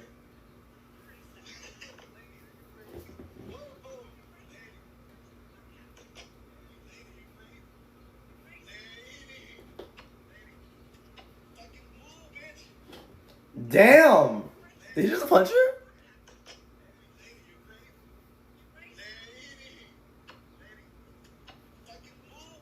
Damn, she fell so quick.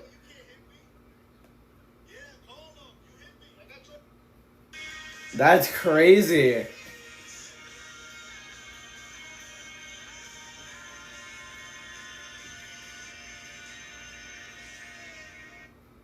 All right.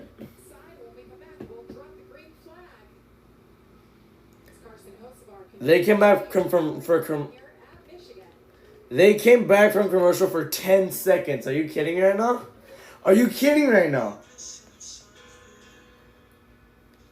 That's crazy.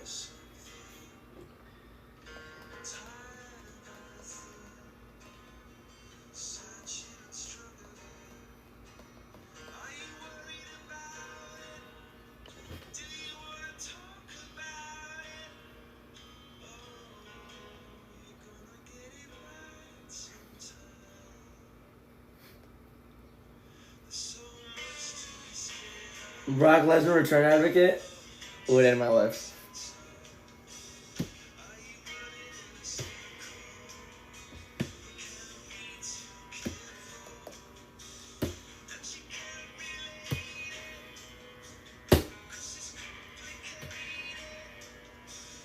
Why did we waste time watching this? I agree.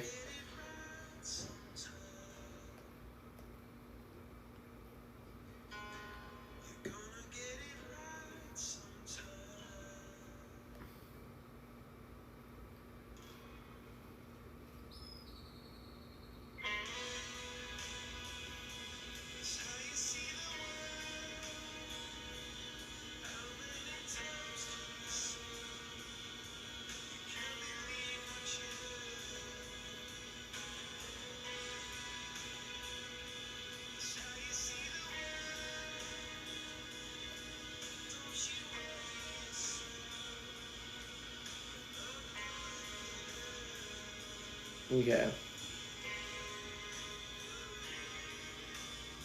That's crazy.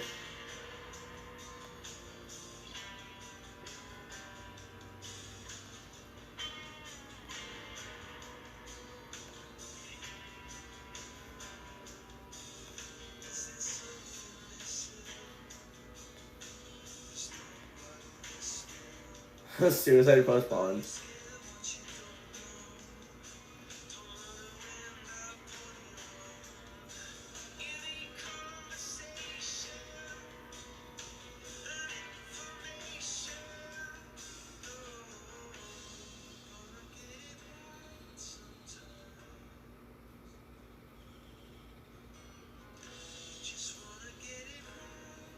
Alright.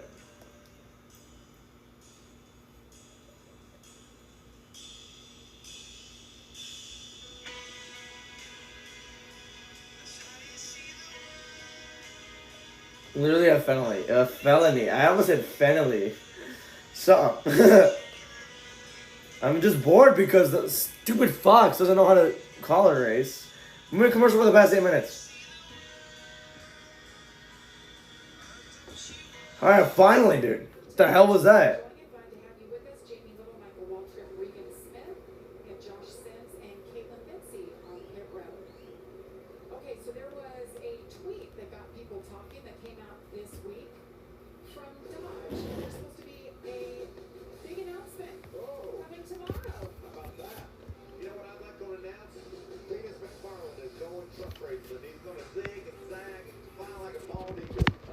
Why is Michael Waltrip still here? I'm kidding, I'm sorry, but still. Here we go, gonna come back green here. They ran a bunch of laps under caution. I wonder why, right? Here we go. Back to green. How many laps to go? Actually, no, I think I'm right on point, low key. Back to green. Honeycutt and Hocevar in the front row. And this tandem drafting on the top lane. That was pretty cool. Alright, this was once again a calmer restart. Oh, we have a wreck. Never mind. Don't say this is going to get stupid now. Don't tell me this is going to get stupid. Don't tell me this is about to get stupid. I swear I'm going to get so mad. That's the unfortunate part about restarts, right? Cautions can sometimes breed cautions, and we see up front how aggressive it's getting with the pushes and trying to get a truck out front, and it only only gets worse. The further back in the pack you go, the more of that you get. Remember the utter joy and excitement out of that team a week ago as Raja just drove the perfect race. He said something about Matt Mills. Okay, now we're starting to get into stupid territory right here. He was hop on board with the Morgan Munez team. Oh, You're right, Michael. I mentioned Matt Mills. yeah, I think that Raja tried to squeeze down a little bit. See if we can see another look.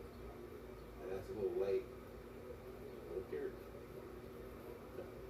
appeared that they were going to end up 3 wide there, and I'm not sure that Matt necessarily knew that they were going to be 3 wide there, and Matt was on the outside, but as we look at this view again here, you'll see on the right side of the screen, Matt Mills, it appears there's room there, and he comes in just a little bit. And that's enough to upset Raj's truck right there, which then ultimately ended up in him trying to save it, and as he saved it, he went up and slapped the right rear and then fouled it with the right front of the truck. And then you said it. When these restarts start happening over and over late in the going, you just try to take more chances, and sometimes you just don't get the. Damn it. Oh my You gosh. don't have the room to try to do what you Just really rub my eyes a little do. bit. That looked like a racing deal. Can't really pin that on Matt. You know, it just. Don't even know what to do right now. It holds closed up. I'm crying. Okay. Go for the same spot, basically. I'm kidding. I'm just bored out of my mind now because Fox doesn't know how to call this. Of that deal. I was back in the battle for 20th. As you see them assessing the damage on Roger Caruth's truck. Go racing, please. Go racing, please. There is also something that's going to be important as we look further into the race on these restarts, and as they continue to get crazier and crazier, it's going to be moves like that to where, you know, the spotters have to try and help predict when they're going to be 3 wide and what's actually coming, how the runs are coming, and it can get very difficult from different angles on the racetracks. Keep in mind the spotters are roughly at the start-finish line area. They've got an odd angle into turn 1 at Michigan to be able to see some of that, know exactly what the situation is, but it's also on the drivers too to be checking the mirrors and trying to understand exactly what they're dealing with cars or with the trucks that are around them. And Josh, I think you got something on the 45 for us. Yeah, just an update on Caden Honeycutt and that fuel window when these guys are going to come in and pit. Just came over the radio and the team told them still about 8 laps away when that caution came out from that fuel window opening up. Similar sentiment for the 38 of Chandler Smith. So these guys are very aware of when this window opens up and asking for the information from their team so they know when to be ready, guys. Honeycutt started 16th. Stage 1 got 5th, Stage 2 got 4th, so I'm guessing around 13 stage points. With these trucks and not quite to that window where you would think they could make it work, as he just said right there, but I think I would pit and then do the fuel saving. Maybe. It's an option. Good word that NASCAR has closed the pits. Never mind. What would you do, Regan? Maybe take a chance if you don't have track position? No, never mind. I think they're gonna wreck again, so they're gonna. I would stay out and then come back next caution. And you know, I think, Michael, the main thing you've got to figure is how many caution laps will we get, right? How much can you save during those caution laps? We've just seen that one caution has immediately given us another caution. The issue is if it goes green flag, you know that you can't make it, and if you have to pit under green, then it's kind of pointless at that moment to do that unless you can shorten up that final pit stop if you're willing to maybe not do tires. We just saw Raja Caruth take that heartbreak of a left turn back into the garage, so his day is done. Well, tonight it's baseball night in America, right here on Fox. Another chapter in America's greatest rivalry unfolds as the Red Sox take on Aaron Judge and the Yankees, or the Padres battle the Brewers. Check local listings for the game in your area. That's tonight, 7:30 Eastern on Fox. Okay. We got racing, then we've got horse racing, then we've got baseball. A little bit of everything for you here. It's a good Saturday afternoon, I'll tell you. I'm watching wrestling. What are you talking about? I think you're going to see a lot of people take advantage of that.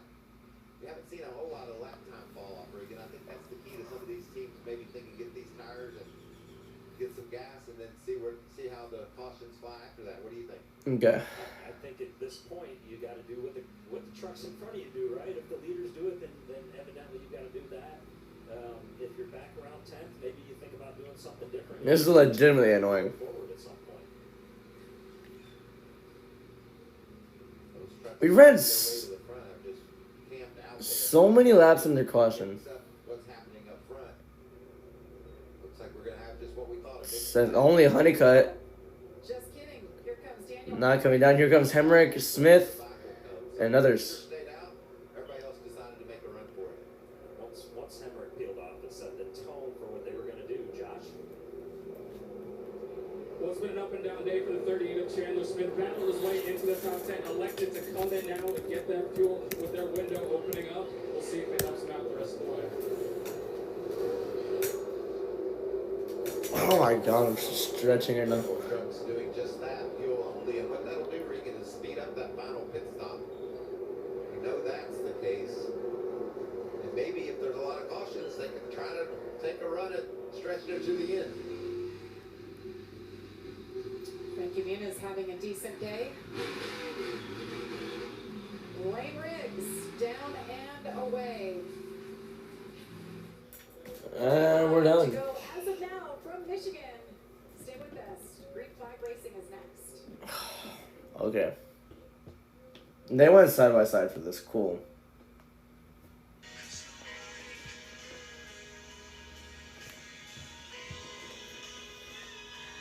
Gosh.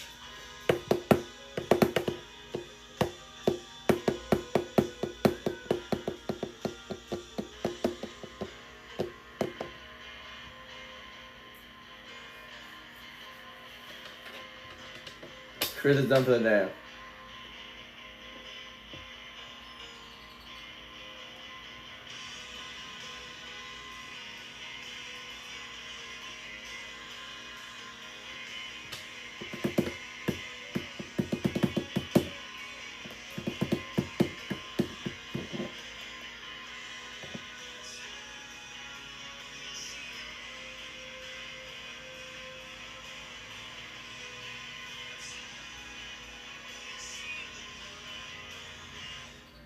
Bet. Now here's part 2. Oh, why is it lower? What the hell? Okay. And this was more of a protest version.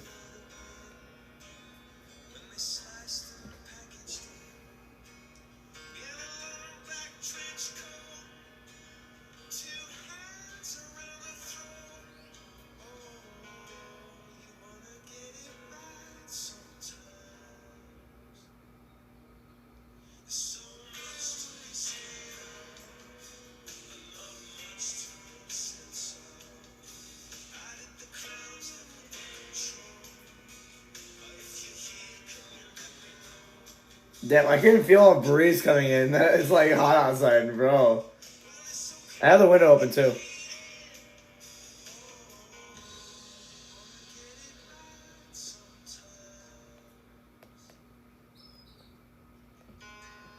Alright, they're about to go back green here.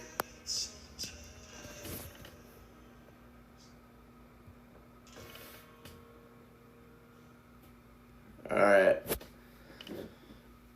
I should have gone to the restroom. I need to go like real quick. I needed to, but no. If they're gonna wreck again, so I probably will. I mean, it's not the Xfinity series, so I probably should not say that. This Sunday racer over here just to collect the wins, but it's going to be hard to hold off Corey Heim, who will restart behind. All right, here we go. Let's see what they're gonna do with this strategy right here. Here we go. Gonna come back to green. Green flag's back under the air, back underway with 40-some laps to go. I think this one's... I'm gonna say this is 47. Ooh, Chastain through the middle. Hosmer had to come down and block that 44. That 44 is really fast right here. Here they come now down the back straightaway. Honeycutt tucks in behind that 7 truck. Oh my gosh, now very skirmishy between him and the 44. The 45, can he clear? No, he can't. The 7 gonna strike back on the outside lane. Here they come for lap number 84. Heim falls back to 5th, so now Hosevar takes control of the race. Can he run away with it? Tries taking it with a draft here. 47 to go, it looks like. There you go. Anchor makes it 3 wide between him, Andres Perez, and Majeski. This is for 5th, I'm pretty sure. Yes, it is. 42 to go. I'm sorry. Perez in that 77 truck you mentioned having a great Damn. rookie in the truck series. Will be making his Xfinity debut next week in Mexico. Look at this now. Time Majeski to the inside. Trying to pick up the 3rd spot. Corey Heim on the rebound. We saw him get around. Cautioned up. Continuing to march back toward the front. What is he? Oh my gosh. I was about to say, like, what is it for? Oh my goodness. He flipped. He flipped. He flipped. He flipped. I'm kidding. I love rage rating. Guys, we hear caution, Reed's caution. We cut that. If this raise ends at 2, I'm killing myself. Significant damage there. What happened to those two? That's heavy damage. Certainly significant damage as well for the 2 of Morgan Baird. So Have the truck left. Oh my gosh. Laps, but with caution. Hopefully he's okay. I think we pit now. We're going to see a big mix-up in the lineup. This really, really helps Lane Briggs. He's got his fuel. He'll stay out. See if we can look at the top of the screen and see the 2. What the hell happened? This is back here in 28th and 29th. Near the back, looks like Baird gets loose and just they take each other. I was about to say, there's no way they. almost seems similar to what happened to Jack Wood earlier in the race for Morgan Baird. They're just you get into those air situations where you don't exactly know how your truck's going to respond. Maybe you haven't been in that spot earlier in the day, and once it comes around at 185 miles an hour, it doesn't take a lot to get it upset, and it's just so difficult to catch it. And you can see at the top of the screen there, top right of the screen, No way they missed the wreck. making his contact with the wall after he got contact previously. But we went 70 laps without a caution for incident. Now we've had 3 in a row. Well, I don't even know what happened because of how horrible Fox was at just doing that. Oh my gosh. Strategies. I think we will see the leaders pit here. Yeah, I agree. I think that it's close. We're right on the field window, so I feel like they will pit. Maybe They're still gonna have to save a little bit though. The caution flag trend should be close enough when we go green to get your number where you need to be for those 38, 39 green flag laps. The challenge will be for these drivers at Michigan, difficult to save fuel, right? We talk about how much throttle time they are, how fast they're going around here. It's not like you're lifting and braking. Usually at a track where you lift and brake, you can utilize that to save fuel. And then from a driver's mindset, you lift earlier, you don't touch the brake pedal, you're coasting. Maybe you can do other things to help save that fuel. At Michigan, if you start doing too much of that, you'll lose position. So fine line here, but I think that we're in that window now. See if these teams are up on the wall trying to get prepared for a pit stop. Looks like we're going to see some takers. Sometimes they'll fake you out, though, won't they, Regan? They'll get up there and act like they're going to pit. We have seen some of the best actors in all of sports on pit road right here, and I don't know that that's what we're going to see this time, but definitely worth keeping an eye on with these leaders when they get to turn 4. Pit road is open. And the last go-around, Lane Riggs was one we talked about, worked his way up into the top 10. He had trouble on pit road again. Something we saw. What the hell happened to the wall? Look at the damage to the wall. They're coming your way, Josh. Alright, here we go. Let's get the 44 off. I'm doing host of ours. Truck has been too tight all day long. Either way, it's going to be fuel only on this stop. Doing host of our stop here. Josh Corey Heim in the middle of your screen said our truck just shut off like it did at Miami. He said, I don't know if it's a fuel pickup issue or. Oh, he's doing a shot. Oh no, that's not good. On that 11, so they're going to try and see what that could potentially be then for the leader, Carson Hocevar. He didn't give any. Heim's truck shut off again. But so far he's in a pretty good position potentially to get his 6th career win, guys. Like we saw a lot of 4-tire stops there. 16.8 for Hocevar. No wonder he lost a lot. Oh my goodness. Just now leaving his pit box. That caught my attention when Caitlin said they had that issue where it just shut off again, like in Miami, where That was wild, wasn't it? it was. He had it won, right, Michael? And he hung on. This is wild right here. That's quite a bit of damage. How did they damage the wall like that? Well, if only we could see the wreck. On the left side of your screen, plus 10. Got to believe that that was either 2 tires or even potentially gas only on those trucks. And Michael, you predicted it before these pit stops. It was going to mix the field up well. This is the most mixed up that I've seen it all day long, and it's going to make this next restart even more intense than the previous. We're going to find out how strong Corey Heim is and how tough it is for these drivers to make moves, because there's going to be a lot of trucks up toward the. We'll see what happens here. Jaiming's in third, but that's really interesting. The issue happening again where his truck is just shutting off. It's going to be guys that maybe you don't know how they're going to react with these moves when these moves come, and when these moves at the end of the straightaways are so big, the runs, and certainly something we'll have to keep an eye on.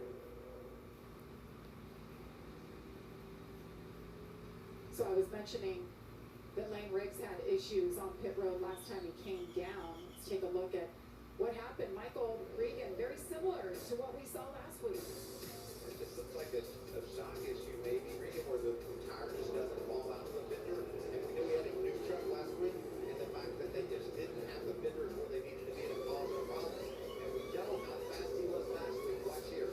Again, just a little bit of problem on the right front. Yeah, very looked like a very similar issue. This was the second stop last week at the end of stage 2. Something was just wrong with that right front. You see the jack man asking him to turn the wheel to the left. He's asking the driver to turn the wheel to the left so it clears the fenders. But I think what we just saw today was, as you said, Michael, more of a shock issue. The tire didn't drop out of the fender wall, and it took even a little bit longer in terms of. Lane Riggs, 18th, started 18th. Stage 1 he got 9, stage 2 he got 11, then now he's 14th. This running order is, we're going to see Corey Heim outside the top 15, fast trucks, guys that have been up there all day at the back. Gio Ruggiero, I'm going to look at that name, Regan, because he's been in the top 5, top 10 most all day, and he's made his way up inside the top 2. This kid's done a good job. We'll see how that plays out in the late going for him. And the thing, Regan, that makes this so crazy is we know just things are going to get more and more intense. And now we've got fast trucks in the back, guys that haven't been so fast up front. What a mix-up this is going to be. Well, Ross Chastain, one of those that just pitted on lap 86th back in 18th. Let's get an update. But first, before we do that, Josh, we are going to bring him to a halt. The red flag will come out. No way. Safer barrier ongoing. I'm done. So, Josh, what are you hearing now on? So pissed right now. Yeah, so when that last lap, the plan was originally, according to crew chief Wally Rogers, to just go with fuel only. But Ross, right before they came in the pit, came over the radio and said he really wanted those 4 tires. Way back to the pit for them, and when that comes up, the driver wins out. So Ross got his tires, Jamie. So he got the tires, and now he has time to sit and think about the ending to this race. Well, and Wally Rogers, I got to imagine, you're sitting on the pit box, and your plan is to go fuel only when you're driving with Chastain, and we know the success that Ross has had at the cup level, and of course winning the Coke 600 2 weeks ago. If your driver says he wants 4 tires, I think that you're going to listen at that moment. You're going to throw a little bit of an audible there and give him exactly what he wants to think that he needs to have to go to battle with at the end of this race. Wally Rogers been around a long time. That guy sitting on the left side of the pit box. As the driver. Okay. Work ongoing on the safer barrier. We'll step aside. 38 laps to go here at Michigan. Alright.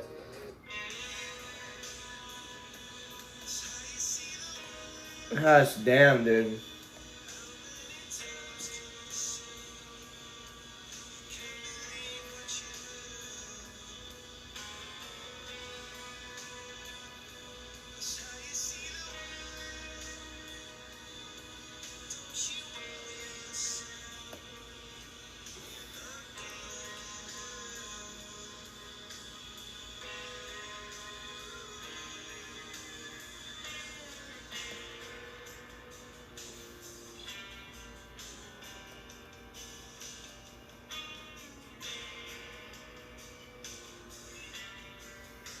Okay.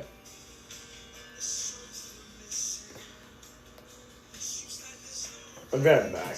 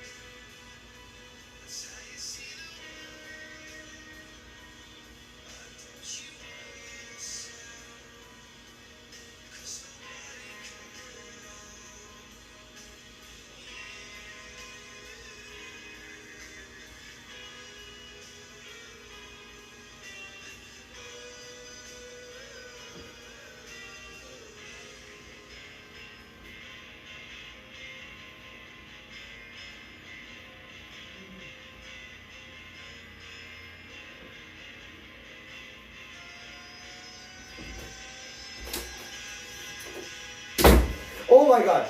That's good.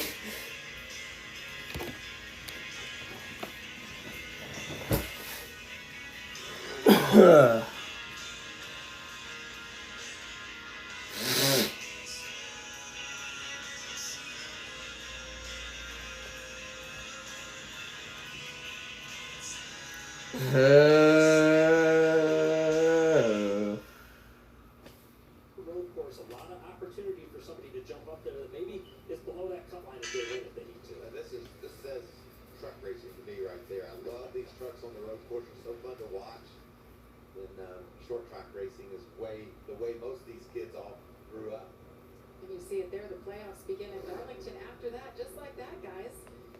We're going to be kicking things off as we're continuing to fix this safer barrier, Regan. Yeah, and what happens here, we saw how heavy the contact for Morgan Baird and Nathan Bird both was there. I'm not sure which truck it was exactly that caused this problem, but occasionally you can have a hole get poked in this safer barrier. Safer barrier is essentially metal, and then behind it you'll see at the top of the shot there just a little bit that there is some spiral blocks, and that absorbs the impact as these trucks hit it. But once in a while, if they hit it just wrong, They're welding it together. Bruh. Alright. poke a hole and tear a little hole in the wall. You don't want to leave that there, because if somebody else hits it, it becomes a bigger problem throughout the course of the race. So they're just slapping a little patch up on it right there as Michael's circling the safer barriers and everything else going on. And you see the welder in action right now. This is like every construction across America. You just figure out how to fix it when you can. There's the styrofoam you talked about, Regan, and there's a couple of guys that have hit concrete walls, which this is the concrete wall back here. NASCAR fixes the same barrier to the concrete wall. That 2 feet of styrofoam, it's the reason why I think I'm still here today. It's just an amazing difference that the safety innovations NASCAR's made over all the years. We talk about the cars, we talk about the seats, the HONS devices. To me, that's number one right there. Getting rid of those concrete walls, and these guys that are welding the fence back together so we can get going racing. Great job of them. Let's see if we can see the impact here that causes this mess. There they go into that outside wall. I can't even see. That's going to leave a mark. You can't even see clearly what the hell happened. It's how horrible Fox is at doing this. You made note immediately after we saw the 2 truck that it's almost shrunk down in half right there. And, you know, I've hit both types of walls before as well, Michael, and I am thankful for those safer barriers. Well, Corey Heim, we've talked a lot about Oh my him gosh, today man. on both stages, and he's back in 17th. Caitlin, you're with his crew chief. What are they thinking? Get the secrets.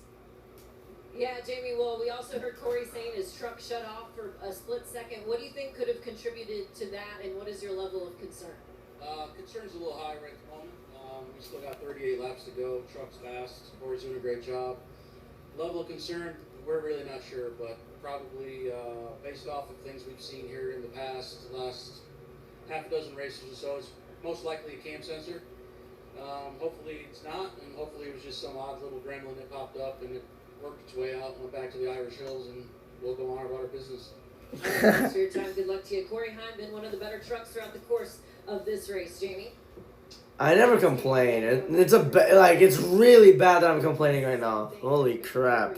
He managed to still finish third, but Michael, that's just how good If this was on Prime or something, that like literally I would be more into it, but it's freaking Fox and they have no energy whatsoever, man. Makes an Irish goodbye to the Irish Hills. He doesn't have to worry about it. Freaking Waltrip just spoils everything he sees. Jamie Lowe's not good at this. Regan's okay, he's a good color commentator, but just no flow within that commentary booth. Like, I don't complain during these races, but my gosh, like, this is horrible. Very much so. Yeah, well, Josh, last week you were interviewing Raja Karuth, who was overjoyed with the win, and today you're with them out of the care center. Jamie, the ups and downs of racing for Raja Karuth. So, Raja, what happened there, and also how you feeling? Yeah, Josh, that was a bummer of a day. I mean, we had a flat tire to Why is he so happy? all the first 2 stages trying to get back on the lead lap. There, just got on the lead lap, pushing the 33, and he's leaving a big gap, and I went to the middle, and in the 42 just didn't know I was there or what, but just a bummer. I think our truck had good speed. It showed it yesterday, and just didn't really get a chance to show it. So really bummed for allinmyhenrycars.com and Inspire Motorsports Chevy team. Thanks to Mr. H and Miss Linda. Just a bummer because I think our truck was really good. Just never got a chance to show it all day. Definitely a moment for sure. Tough break for Rajah Cruz in the 71, but helps to have that win last week, Jamie. Absolutely. I guess that leads to, he always has a great attitude. He always does. He's smiling a lot. He's just happy he got a win As a winner last week. and then equally as level-headed about unfortunate situation that took him out. If it has to come to it, and I don't think it really will. He grew up as a NASCAR fan. Is that an actual picture of him? Began racing. That's an actual picture of him. 2019 Drive for Diversity program. Okay. 21 and 22. He drove in the ARCA series, and then I think in 2023 is when he started to drive the trucks. Yeah. Oh no, in 2022 he made his trucks debut in Gateway, and then from last year to this year, I mean, he's full time now. 2 career wins. That was a statement win too at Nashville. We've talked all year and all day today about Corey Heim, how fast he is. Loving the upbringing of Rajah. He stood toe to toe with those guys and took them down and to win that guitar in Nashville. And Michael, he was in 13th in points. Still, this is so bad.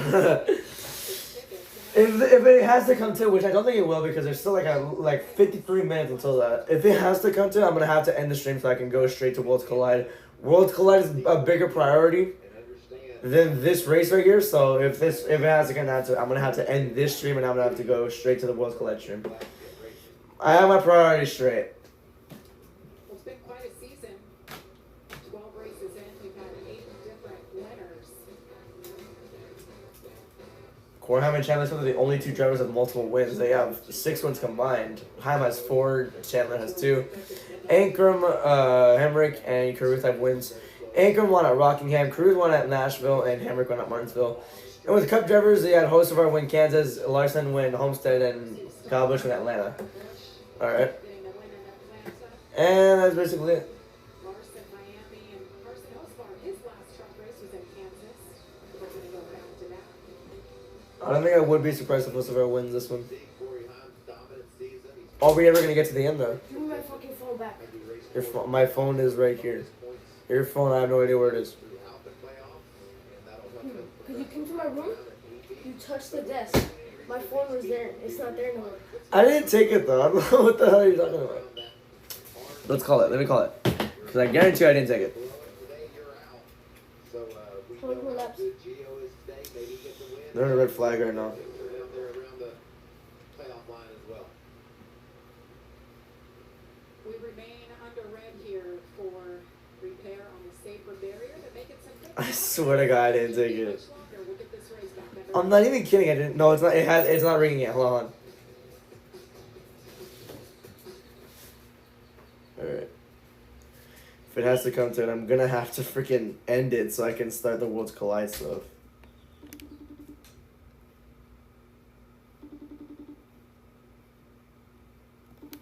Check your room. I'll be right back on.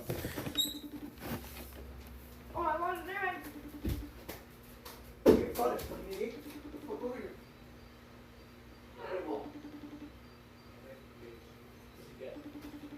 Alright. I harass him. Yo.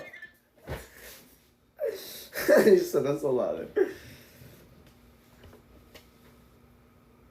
Oh my god, bro. No way. He just did that. Did I close my documents out? I'm killing myself.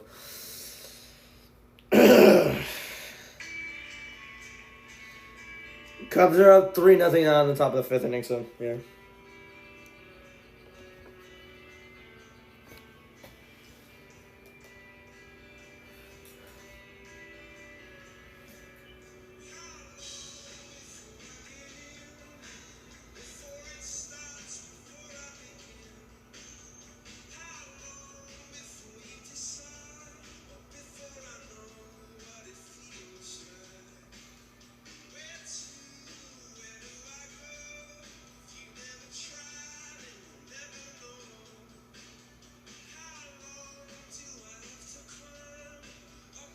Aaron Rodgers.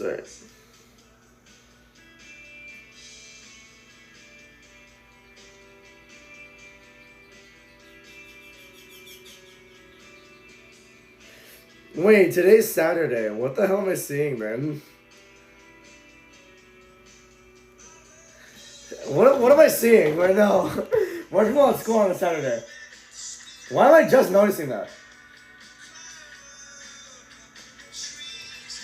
When did you get to the chance and see?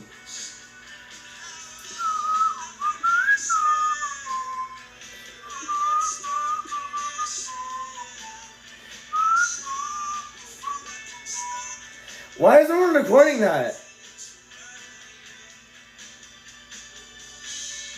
All that knows and all that's Gork. Not Grok, Gork.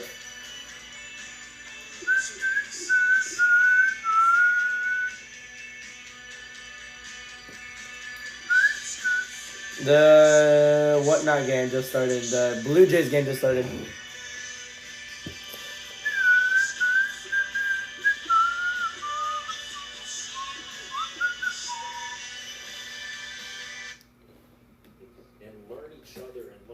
Is LaJoy just gonna run every goddamn race? We know Corey LaJoy is very talented, and that he's got the ability to get the job done, and that consistency, I think, should. LaJoy just gonna run every goddamn race of the truck series. He should become a full-time truck driver. I know how pissy he got when he had that, but he needs to know how to not wreck every race. So. With this place, here it is. This is a big one. See, this gets turned sideways on the back straightaway. Tried wrecking the 10 and he wrecked himself. He's a paper flopping over, isn't it? It's just so surprising, right? That's not something we always see at Michigan. But it's common. I mean, it's not surprising though because he's going like over almost 200, bro. Came off the corner and he got turned sideways there as he was trying to make the pass on Harrison Burton, and that little bit of contact just that shows you how dangerous what these race car drivers are doing is, right? It can be any moment when you least expected something could go wrong, and that's why I got so much respect for any of these drivers out there that put the helmet on and what they do. And it's not just in the NASCAR series; it's IndyCar, it's all the series across the world. Yeah. It is definitely something that.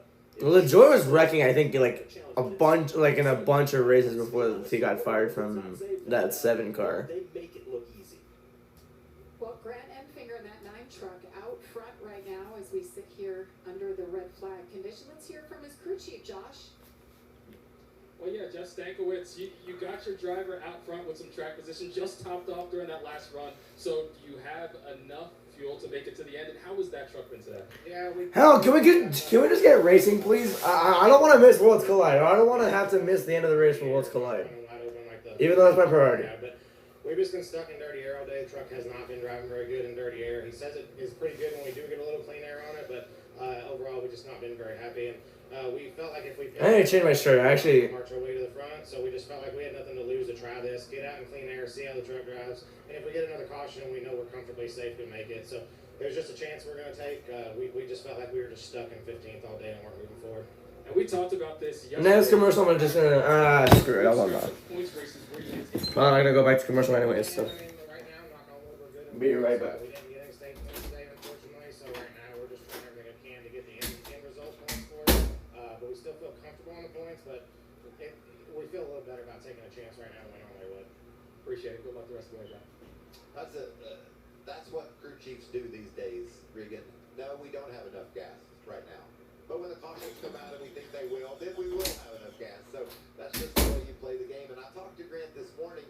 He was very comfortable with his truck, as Jeff was just saying, out front. But in traffic, I think he thought it was a bit of a mess. And now they've made a play to try to stay up front. Now, can the fast guys, can the Corey Himes, Ross Chastain, Caden Honeycutt, can they fight their way through this pack before this race ends? Yeah, and I'm curious, right? You get your driver some clean air, as Jeff Stankiewicz did right there. You get him the clean air. You get him comfortable. You get a good read on his truck. Let me just lock it just in case he comes in. Can he save as much fuel up there? Alright. But we've seen these cautions are coming pretty rapidly right now, so certainly not a bad call to try something different, to try and get your first win of the season. Alright, there. I know that team, CR7 Motorsports knows how to win. We've been under red flag for years, man. You know, let him go out there and get the job done. I wonder how hot it is over there. We've been talking about Hosvar quite a bit today. Job well done. He's led the most laps. Let's dial him up. Then we'll get a word. Cool. Let's see. Carson Hocevar, it's Michael Waltrip and the Fox team. Do you copy? Yeah, I got you. First of all, congratulations on the big win in Berlin. Now you're going for the double today, the triple tomorrow. It's been a great race to watch from the TV side. How's it feel inside of that truck, and can you fight your way back to the front? Yeah, I mean, I hope so, for sure. We're going to give it a really good shot to drive to the field. I've been spoiled up here, being able to qualify up front, run up front, because Delaware Life, it's a good auto group. Silverado has been really fast, and yeah, it's been a lot of fun. I've never drove a truck here, and these are a lot of fun. So I'm glad they did the swatch and made the trucks here. We're looking good to try and go at least 2 for 2, and then hopefully go tomorrow. But you know, we got a lot more trucks in front of us now. Well, right on. Keep digging. It's been fun to watch. Appreciate your time.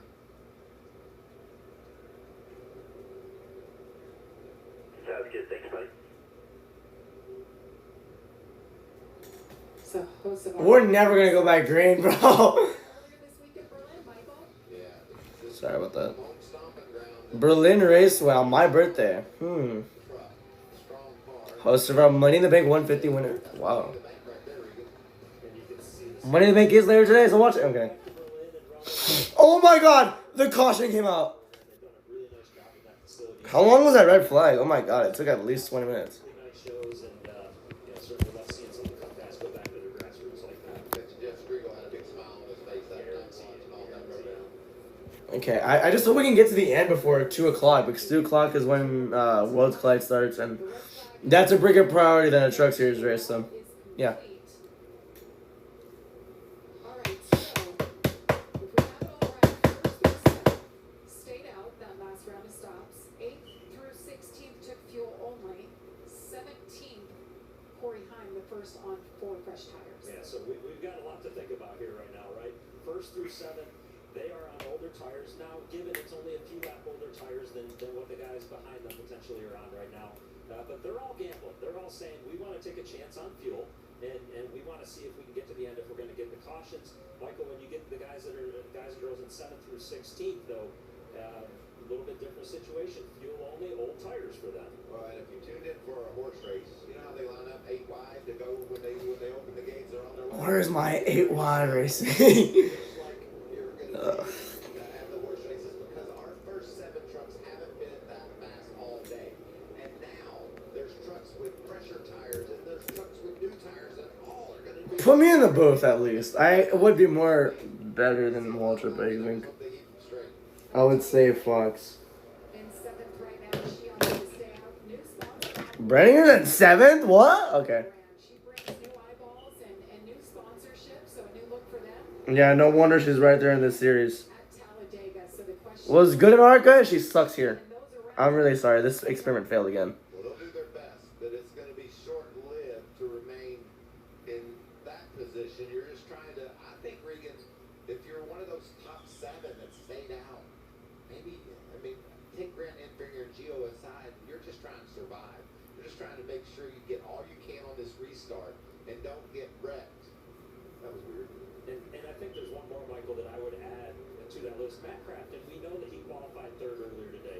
So we know that 88 truck has had some speed at different points, has not shown it in the race, but if he Alright. had the opportunity to work on that as the race has gone on, he may be able to stay out there. The rest of them, it will be a challenge, right? But it is also, that challenge presents an opportunity for these drivers, you know, like Matt Mills or Jake Garcia. We know that Jake's been quick at different times this year, but now it presents an opportunity to maybe play a little bit of defense early on in this run. And if you end up even Looks like we're gonna have the lane choice right here. at the point when these other trucks pitted and the caution came out, then it plays out good for you. In certain situations, as you get 3 or 4 wide, it may be an opportunity to just try and keep the wheels straight and not get in trouble also. Well, what is Ross Chastain thinking? He's back. So it's gonna be Empinger and Crafton in the front row. Ugh. We're gonna have Friesen and Regera in row 2. Row 3, Hemrick and Matt Mills. Row 4, Chandler Smith and Jake Garcia. Row 5, Andres Perez and Tony Brenninger. Row 6, Tanner Gray and Tyler Rankrum. Row 7, Lawless Allen and Lane Riggs. Row 8, Thorsport teammates Funhouse and Rhodes. Row 9, Chastain and Corey Hammond. Row 10, running at the top 20 is Connor Mozak and Ty Majeski. Hocevar's pitting! I don't think we've seen our last caution today, kids. And interested, Carson Hocevar choosing to come down pit road also see them right now working on the right front tire, and what they're doing is they are clearancing that fender, and I don't believe we've seen him have any contact today, but Maybe they saw. there's something they're concerned about, and that tool they're using, Michael, that's used to get the fender away from the tire a little bit. And maybe they saw some rub or some wear on the Goodyear Eagle that they took Okay. off the track last stop and decided they better make a big Interesting. adjustment. And he's not going to lose much ground from where he was, and like I said, this is going to, just mark my words, it's going to look as crazy as you've ever seen when they throw the green here in a second. Gonna go back green here. For 29 laps today. Will we see another one? Yes, we will, because there's way too many. There's way too many laps to have another one. Laps to go here when the flag goes back in the air. Brent Enfinger, Gio Ruggiero. Is it decided to line up behind Brent Enfinger? Okay. Gonna go back green here. Restarting on the front row. The KG veteran. Green flag, back in the air, back underway.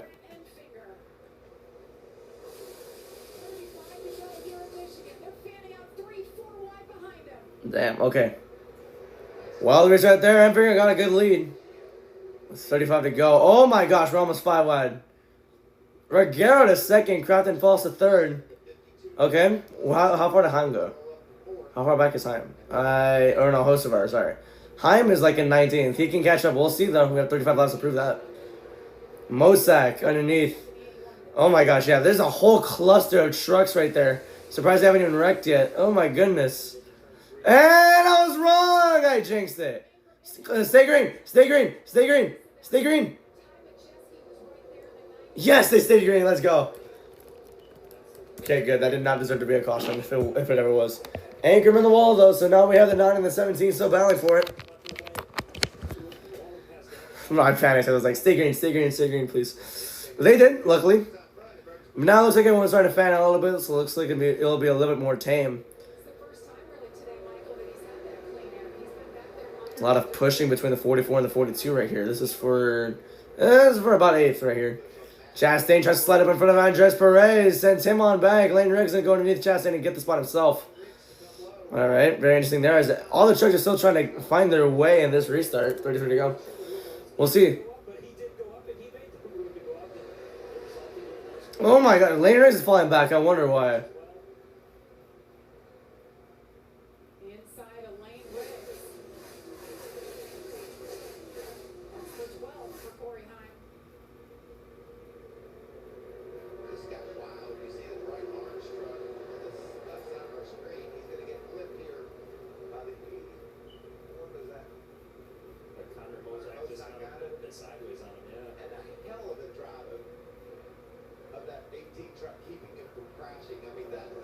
All right, 32 to go.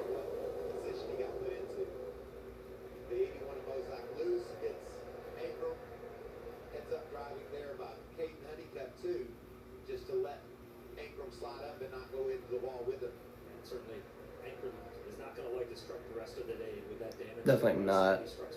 Hocevar, damn, he's already where Ham is. Not the joy. Wow. Hocevar is already with Heim. Heim tried his hardest just to get ahead of that 77 just so he can like run away from Hocevar, but he just couldn't there. Matt Mills falling back. I wonder what happened. Ankrum is on pit road here.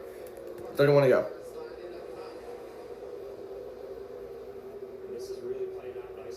Damn. Hocevar, Big Bob. They get past Andres Perez right here. This is for 10th between Hocevar and Chandler Smith. Meanwhile, Chastain ends up with 5th, passing Jake Garcia. Chastain now has the fastest lap of the race, so that's pretty cool to see. 31 to go, though. I think I would rather save fuel low-key. But if I'm going hell, I'm going like crazy because the truck shutting off is very concerning to me. We'll see them. There we go.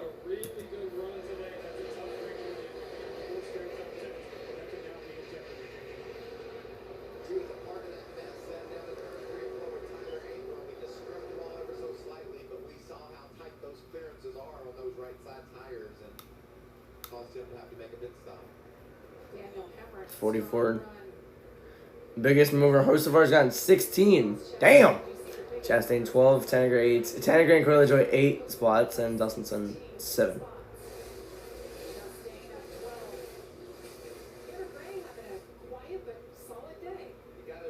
Give a shout out to Infinger, Ruggiero, Tanner Gray, those guys all 29 to go.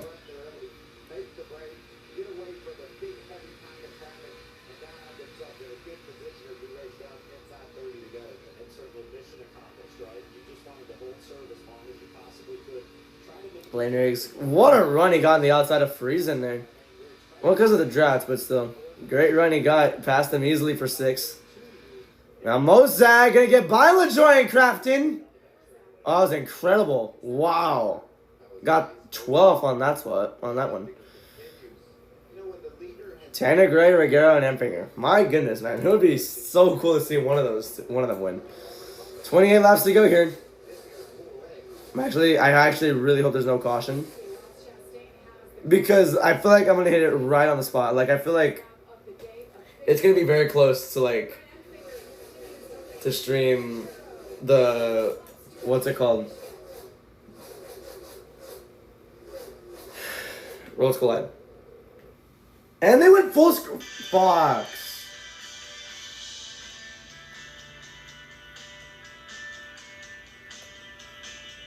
Okay, I think my mom needs help. Hold on. Nothing bad, just groceries.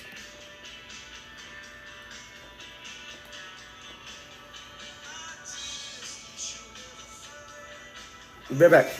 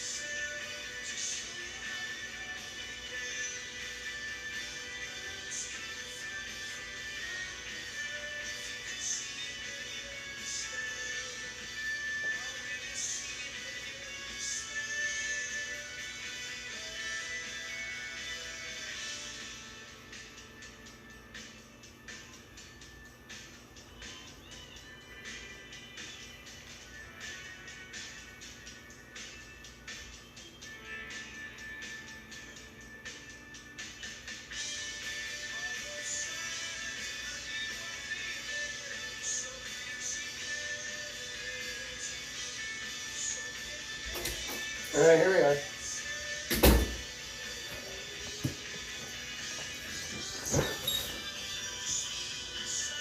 are. The Dodgers game just started. The Blue Jays are up 1-0 now. Cubs are winning 3-1 against the Mets.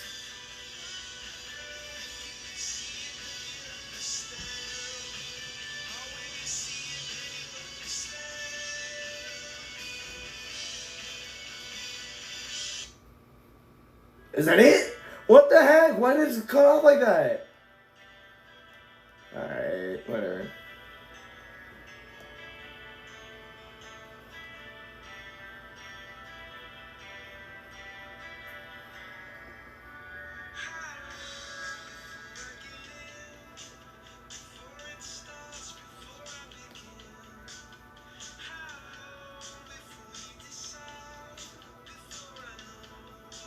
Show starts in 30 minutes and then went full screen.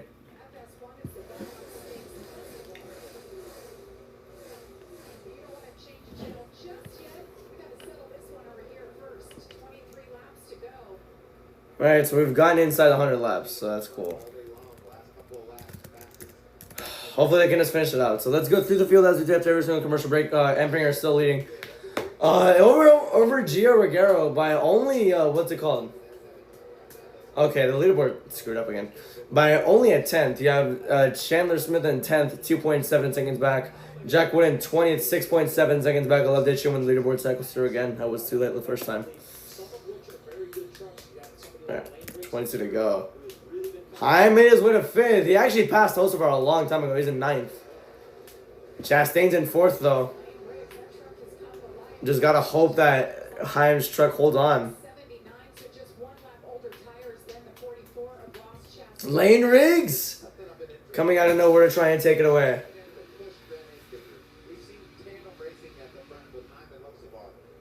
Here comes Heim. He's trying to get through here.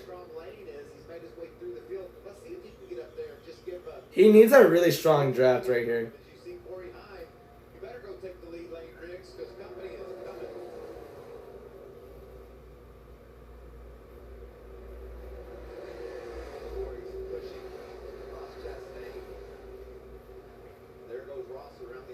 Ross gonna get around the 17 of Gray here, or not Gray. I'm sorry. I'm getting used to calling him Taylor Gray for some reason.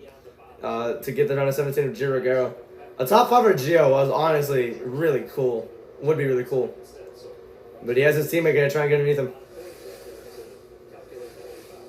Damn. Got loose. As the leader crosses the line, we've reached our CRAFTSMAN 20 to go.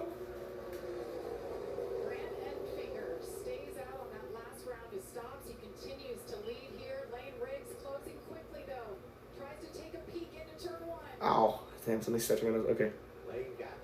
Got it. Lane Riggs. Can he just get by him? That's the question. Hocevar got his way up to 6th, by the way. In that short time frame, in that short time frame, he got himself up to 6th. You've got a couple concerns for the 9 truck at Grant Enfinger right now. You've got older tires than the competitors around him right now and on the truck, comparatively speaking. You've also got some possible fuel concerns, right? We heard some 19 to go. mentioned to us that they were a lap and a half or 2 laps short. Wasn't exactly sure where they were and that they were going to have to burn more fuel as well being out front. So a number of things for them to be thinking about with the 9 truck. That 11 truck, the red truck, and then he keeps giving people pushes, and they take advantage of his pushes. He needs to just be aggressive at this point because Hocevar is right there. If Heim wants to win this race, he has to be aggressive. He has to be a hard ass. Just can't let him. Oh, what the hell happened to Honeycutt again? He's not been right again. Here you see Ross Chastain gets down on the inside of Gio. Off the corner.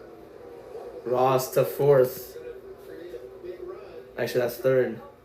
So the two of them can try to get around Ross Chastain. Chastain in the 44. Corey Heim in the 11. Heim, you need to stop pushing. He needs to go. Hocevar ran a better lap than both of those two.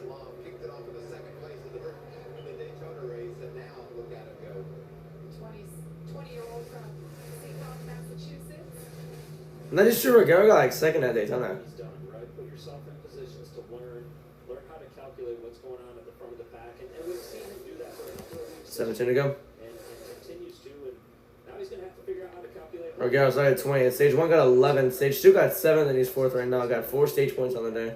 Catching up to Corey Heim is now Carson Hocevar. We've seen how calculated the two of them were when they were at the front of the pack earlier in the race, being able to choose when and where to pass. Now that they're together like they've done on restarts earlier on, will they be able to maybe work together to get past some of this track? We went from a Heim party of 5 to a Hocevar party of 6. What is he saying, honestly? I can see why people hate this booth now. I'm just impressed with Grant Enfinger. Gonna come to 16 to go here. Not being happy with the handling of the race truck, so they get a shot out front, and look at him. He's holding them all off. And that's the beauty of what we call clean air. Oh, Lane Riggs now. Gonna get underneath that 9 truck. Slide job, slide job. Oh, almost had him up on the wall right here. Here they come. Everybody's now gonna come in. Heim now. Gonna get underneath that 17. The 9 clears again. Heim to 3rd. Oh, that was a nice power move by Corey Heim. He needs the 44 to start battling with him because that's what really helped Corey Heim get his way. Whoa! Contact with Chastain and Enfinger. Almost turned him. 15 to go. That was very close right there. Oh, my goodness. Holy crap. What a push he's giving right now. Chastain. Gonna go underneath him. He just needs to slide out to happen. That's what Heim needs. Slide job. Almost there. They're still side by side. That's exactly what Heim needs right now. Exactly what Lane Riggs needs. Almost turned Chastain. 3 wide for the lead. Going into turn 3. Holy crap, that was incredible. What is Heim going to do here? Well, Empinger's left for dead in third. Coming to 14 to go. It's the 34 and the 44 battling for the lead. 14 laps to go. Oh, Empinger again. Heim going to have a run now. Push to Chastain. Oh, Hosmer's coming in. Empinger got the lead again, and he's going to run away with it. And that is a veteran right there, Michael, right? Grant Empinger, we've seen him in position at Michigan before to possibly win races, putting himself where he needs to be at the right times to try to take back control. Wow. Chastain's going to get another chance at him. Coming to 13 to go. He's going to get another chance at him. Hocevar, Heim's starting to have his draft right here. Hocevar's going to come in now. Heim barely squeezes into Lane Riggs' draft right here. Lane Riggs shoving the crap out of him. Is right now, Chastain! Trying to lock! 13 to go.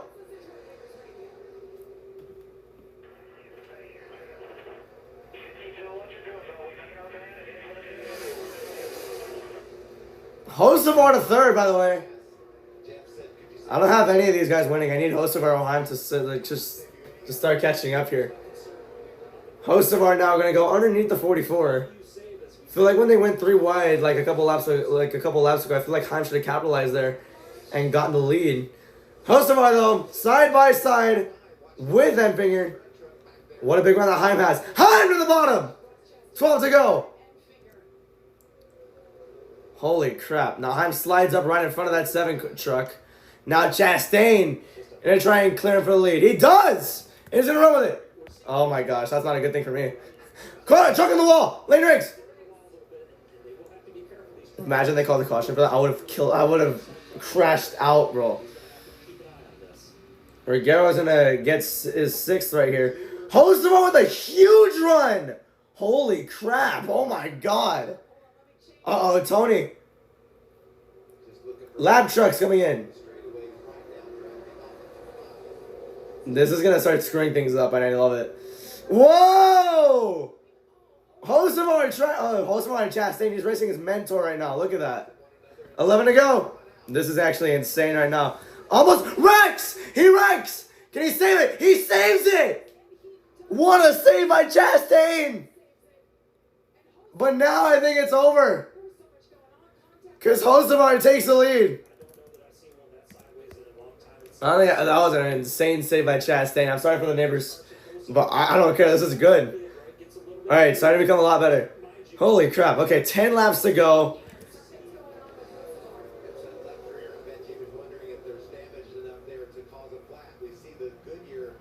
Is there a tire up? There's no more marking. Oh my god, there's going to be a debris caution.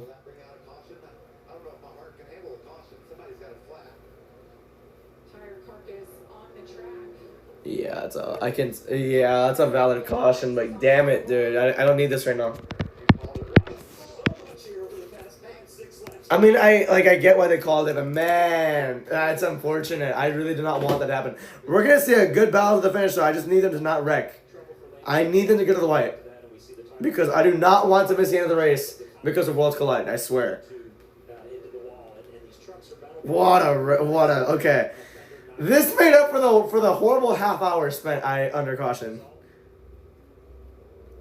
This is what caused this problem for Lane Riggs. He just gets too wide off turn 2. So easy to do. You see the tire mark there. Someone had done it before him. This is all it took. The wall closes up on you right there, and the truck wants to be getting tight right there. We saw the trucks out in front of him, taking some of the air off of him, and just classic Michigan, right? That's racing at Michigan. This is amazing truck control right here. And you see the reason why Just got right into the 7. It's just hard-ass racing. First of all, what a save by Hocevar. Just didn't even let it get sideways, and Chastain just never let it spin. That truck to catch, you see the tire marks at left as it caught right there. He's waiting for it to catch and come back over to the I think I would pit here, low-key. And when that happens, you've got to be steering back to the Follow Hocevar. Take tires. And by the way, Ross is doing all this at 185 miles an hour. I know that was instant replay, slow motion. That was 185 miles an hour. Incredible save by him. amazing. They were both sideways going for the lead of this race, and tremendous saves by both, especially that man right there in the 44. I'm worried about this 7 truck's left rear. I wonder, let's see if we can pick up some radio transaction. You left your tire, obviously, to get yourself out. You want to go for the win, or you want to finish? We're going to win. We're gonna win. They gotta hurry this up, or I don't know. I'm not trying to rush them, but like still hurry this up. You can see the left rear tire is black. It used to have yellow letters on it. It's not that way anymore. Pretty significant contact from Ross. Will that tire hold up? That's the question for the 7 at Hocevar. So what's the communication for the drivers behind him now? They hear that, they know that's an issue to be heads up? Yeah, I mean, they're gonna be aware. And they're gonna be aware that he's got a little bit of issue with the left rear. The communication actually might be is, hey, will you pull up there and take a look at my left rear? Hocevar led 56 of 117. It's very difficult when you're not up to speed to tell that, but I like the attitude of Carson Hocevar right there to say, hey, we're not here to finish 15th, right? I'm not running for points. We're here to win the race. Let's take our chance, see what happens, and I think that's really the only play in that situation for that team. And if you ask me to pull up there and tell me if I should pit or not, I'm going to say pit. I think you better go to pit road and check with your tire. And I think their decision's being made for them, as we see with that great camera work right there. Wow, all right. It was flat, so we should see Carson Hocevar headed to pit road. Oh, it's flat. There it is. Great work. He has to pit. Team to get these beautiful shots and cover all this action. It's flat. He has to pit. Yeah, but we've had plenty as well. They certainly have. Maybe ever since Does anybody else follow, or is it just going to be Hocevar on a suicide mission? They really have. They must have heard you. I think it's just going to be Hocevar. Is Bergero going to come in? Pit road will be open.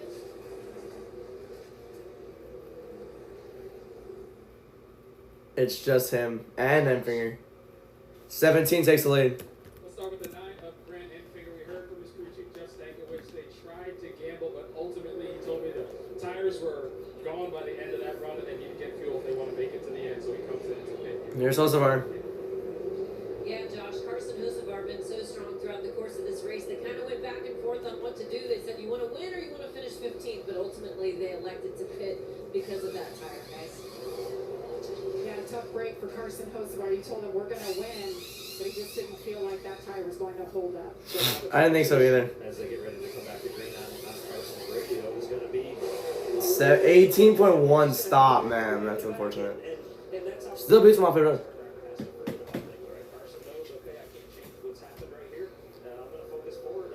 Oh, come on. I have a 16-minute window. Come on. Actually, no, I have an 11-minute window. So this race needs to end like at 1:55 or something. I have that much of a window. I need them not to wreck. Camera on him. Let's watch as these laps wind down. And this is a chance for Corey Heim to see how this choose situation, when we get ready to make the restart, who goes where, which can help dictate his decision. I think he will go behind his teammate. What do you think, Regan? Maybe both those trucks choose the top side. We've seen it before from our leaders. You know, you got team trucks there, Michael, right? And I think we've seen that throughout the course of the day right now. I'd have a little bit of thought process if I'm Corey Heim, though. I understand that it's my teammate there. But if I think I can get to the bottom and perhaps have Ross Chastain back there pushing me, I may take that. It's just gonna be like 6 to go. I don't think anyone else comes down pit road here. It'll be 5 to go when they come back down, or when they make some of the blocks that you need to do. So be an come back here. decision right here, as you just mentioned. Ross has been really, really strong on the short runs as we see this. Here we go. Take the top side. Coming to the choose gonna be Chastain and Regera, row 1, row 2. Tricon teammate Time and Tang Negrera. Row 3, Hemrick and Mosak. Row 4, LaJoy and Garcia. Row 5, Dawson, Son and Time and Jiski. Row 6, Frankie Muniz and Jack Wood. Row 7, Spire teammates Perez and Hocevar. Row 8, Chandler Smith and Grant Finger. Row 9, Wallace Allen and Matt Mills. And row 10, running out the top 20, Stuart Friesen and Matt Captain. So they're the front line. Here we go. Please go green. That's all I ask. I need to see these last laps. Come on. Please go green. I don't care if it ends for a caution. Just make it to the white. Just make it to the white. I beg of you. Make it to the white, please, man. I have a 9-minute window.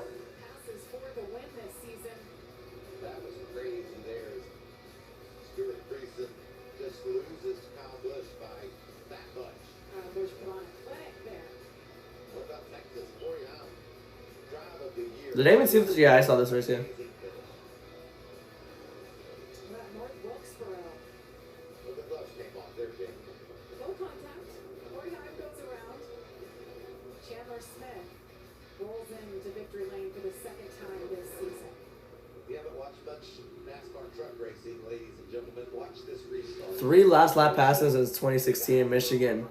Second most of any track. Why is that logo so dark? Oh my god.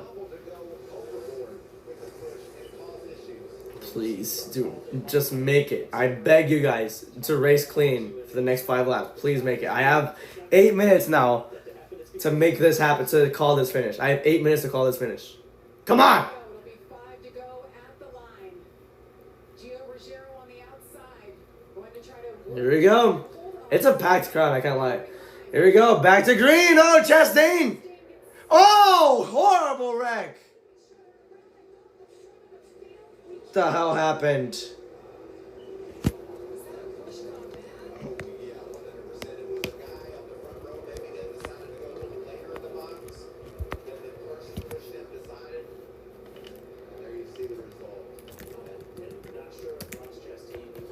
Wow. Pushed at just the wrong time that it caused the tires to spin. It certainly looked like there was a checkup on the inside there with whatever took place. Look at it moment here, but once it jams up that front row, it just continues all the way back through the pack, and we see damage to Daniel Hemrick. Number of trucks that we're going to see. Ross Chastain, we thought chances to had win. a great shot to win with a lot of damage for him.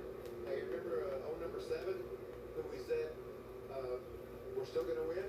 Well, his chances just got better because a lot of trucks ahead of him are damaged. There's supposed to Carson Osamar. I don't even know who's leading right now. There's going to be a lot of trucks have to go to pit road. This is a mess. We thought What the hell happened? overly aggressive. There's the restart line. You can start at that box, and you can see the push from behind on Ross was just more than he could handle.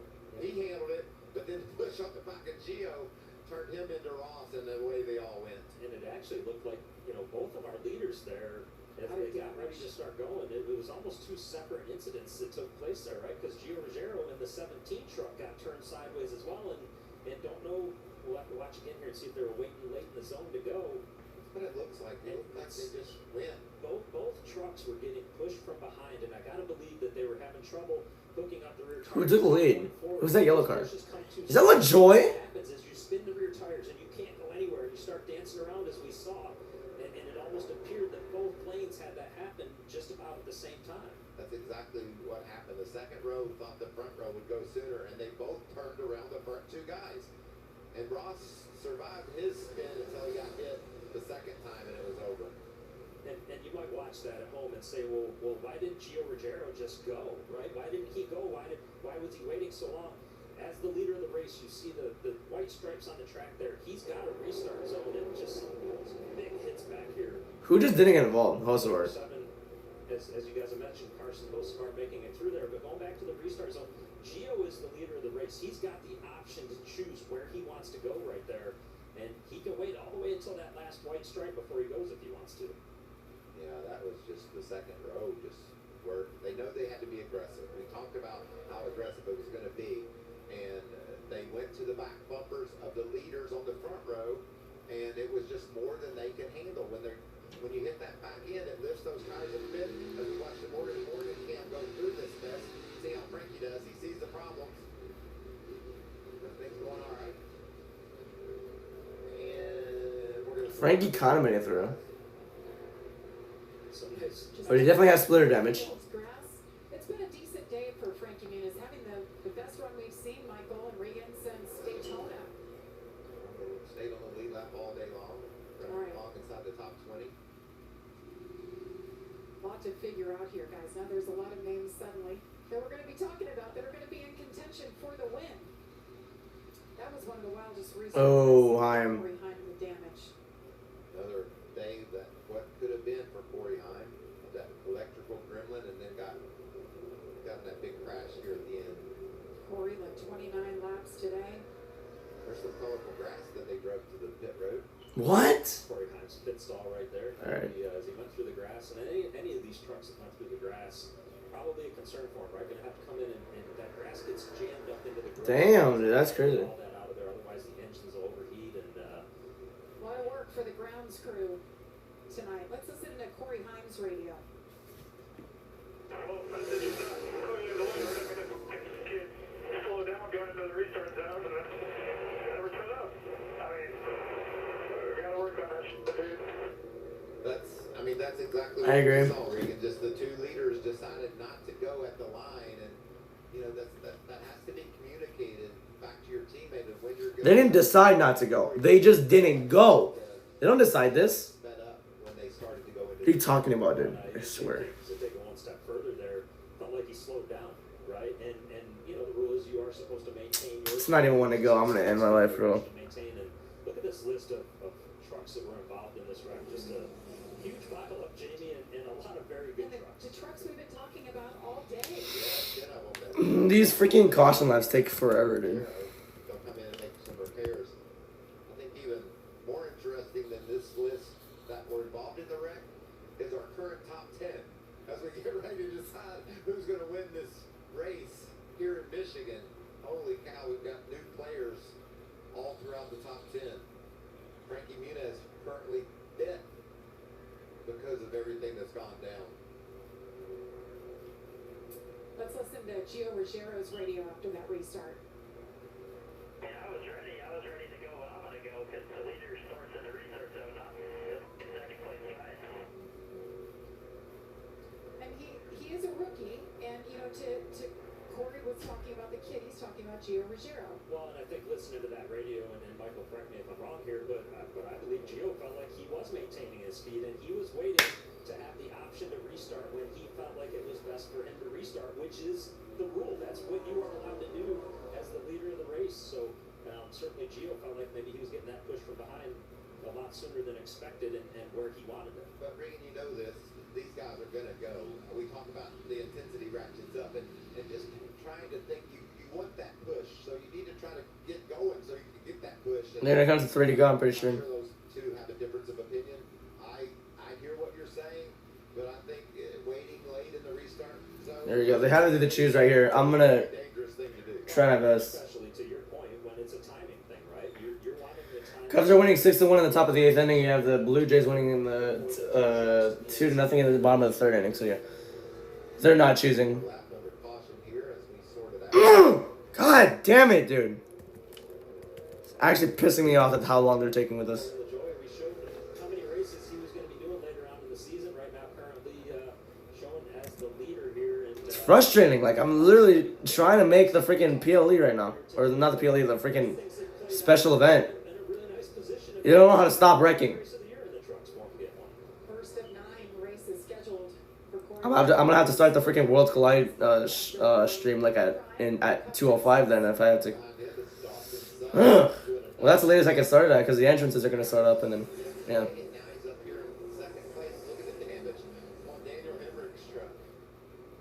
So this will be our 3rd NASCAR overtime this season. 2-lap shootout. The leader takes the white flag. The next flag ends the race. The leader takes the white flag. The next flag ends the race, whether that's a caution. God, I forgot how much the additional caution lap happens Caution or flag. takes. The white flag causes a restart. Come on, Hemrick, just win for me. Is needed. Not really sure after the race we've had today what to expect. We see Daniel Hemrick there with the 19, obviously. I just don't want another wreck to happen. If it's on the last lap, then I'm okay with that. But like, if it just A number of these tires today up front looking if it happens during the overtime, I'm just gonna have to switch it. I'm sorry. they've opted to stay out. They're in 3rd place right now. And I'm like really anxious right now because I don't want that to happen. But these caution laps take so damn long. so we'll keep an eye on him as I feel like I'm hoping they come to the choose right here. If they don't, I'm done. If they don't, I have to be done. continue to get crazier. Yeah. Frankie Muniz up in the 5th spot here. This is the closest he's tasted of a victory, a chance at one at least. Gotta love where he's sitting. Great day for him. There you go. One to go. As we choose it up here. It's gonna be Cortland's son in first. It's gonna be LaJoy in second. Actually, no, not Cortland's son. Cortland LaJoy in first. Dawson's son in second. Frankie Muniz in third. Hemrick in fourth. Hosevar in fifth. Jake Garcia sixth. Matt Craft in seventh. Lawless Allen in eighth. Spencer Boyd in 9th, and Grant Enfinger run at the top 10. So here we go. We have to go back green right here. We have to make it to the line. We have to make it to the end. A couple of months ago at Martinsville. I got those numbers. Take a look, guys, at the inside of In the current top 5, the only one who has a win is freaking Daniel Hemrick. He has 1 win. That was at Martinsville this year. a couple additional positions, and no damage to the truck. He's looking pretty good right now. I don't want to sound crazy, but would you almost make him the favorite of this little 2-lap shootout coming from the inside of row 3? Well, the one thing I like for Carson is he spent the most time up front today with the trucks that we're talking about right now on restarts, so he understands the moves he can and can't make. His teammate today, Corey LaJoy, in the 07 truck, has the optimal position, right? You want the outside. Come on, hurry the hell up, please. As you look at all these trucks here, Begging you, like with all my heart, begging you to not wreck. If they do wreck, the stream's over. I'm sorry. Down the stretch, this is turning into quite a dramatic finish. Definitely, it's giving me anxiety right now because I have like. Can they go any slower? I'm kidding. Let's go. Corey LaJoy on the outside of the 07, and another rookie, Dawson Sutton on the inside. How about the fans today at Michigan? There's a lot more than I thought there would be. Great day. It feels packed. Come on, come on, come on, come on, come on, come on. Green flag, back on the air, back on the way. They're gonna wreck again, dude. Okay, I was about to say someone ran out of fuel. I don't know who it was. If they wreck again, I'm turning it off. I'm sorry. The 07 gets a better restart. It looked like Garcia. If he can get his first win, that can be insane right there. Lawless Islands in the top 10. We're cooked. I'm kidding. Here they come on the back straight away. Car in the wall. He's good. We're good. We're good. We're good. Still green. We're still going. Here we go. Hammer gonna get around to 13. Do not let Corey LaJoy pull away and get this win right here. No! But Ty Blondie's on the wall. Stay green. And the caution. I'm sorry. I have to end it. I'm sorry. Hamrick's on the wall. I have to end the stream. I'm really sorry. I'm really sorry. They didn't need to throw it, but they did. I'm done. I'm sorry. I have to be done. I'll be back for Worlds Collide.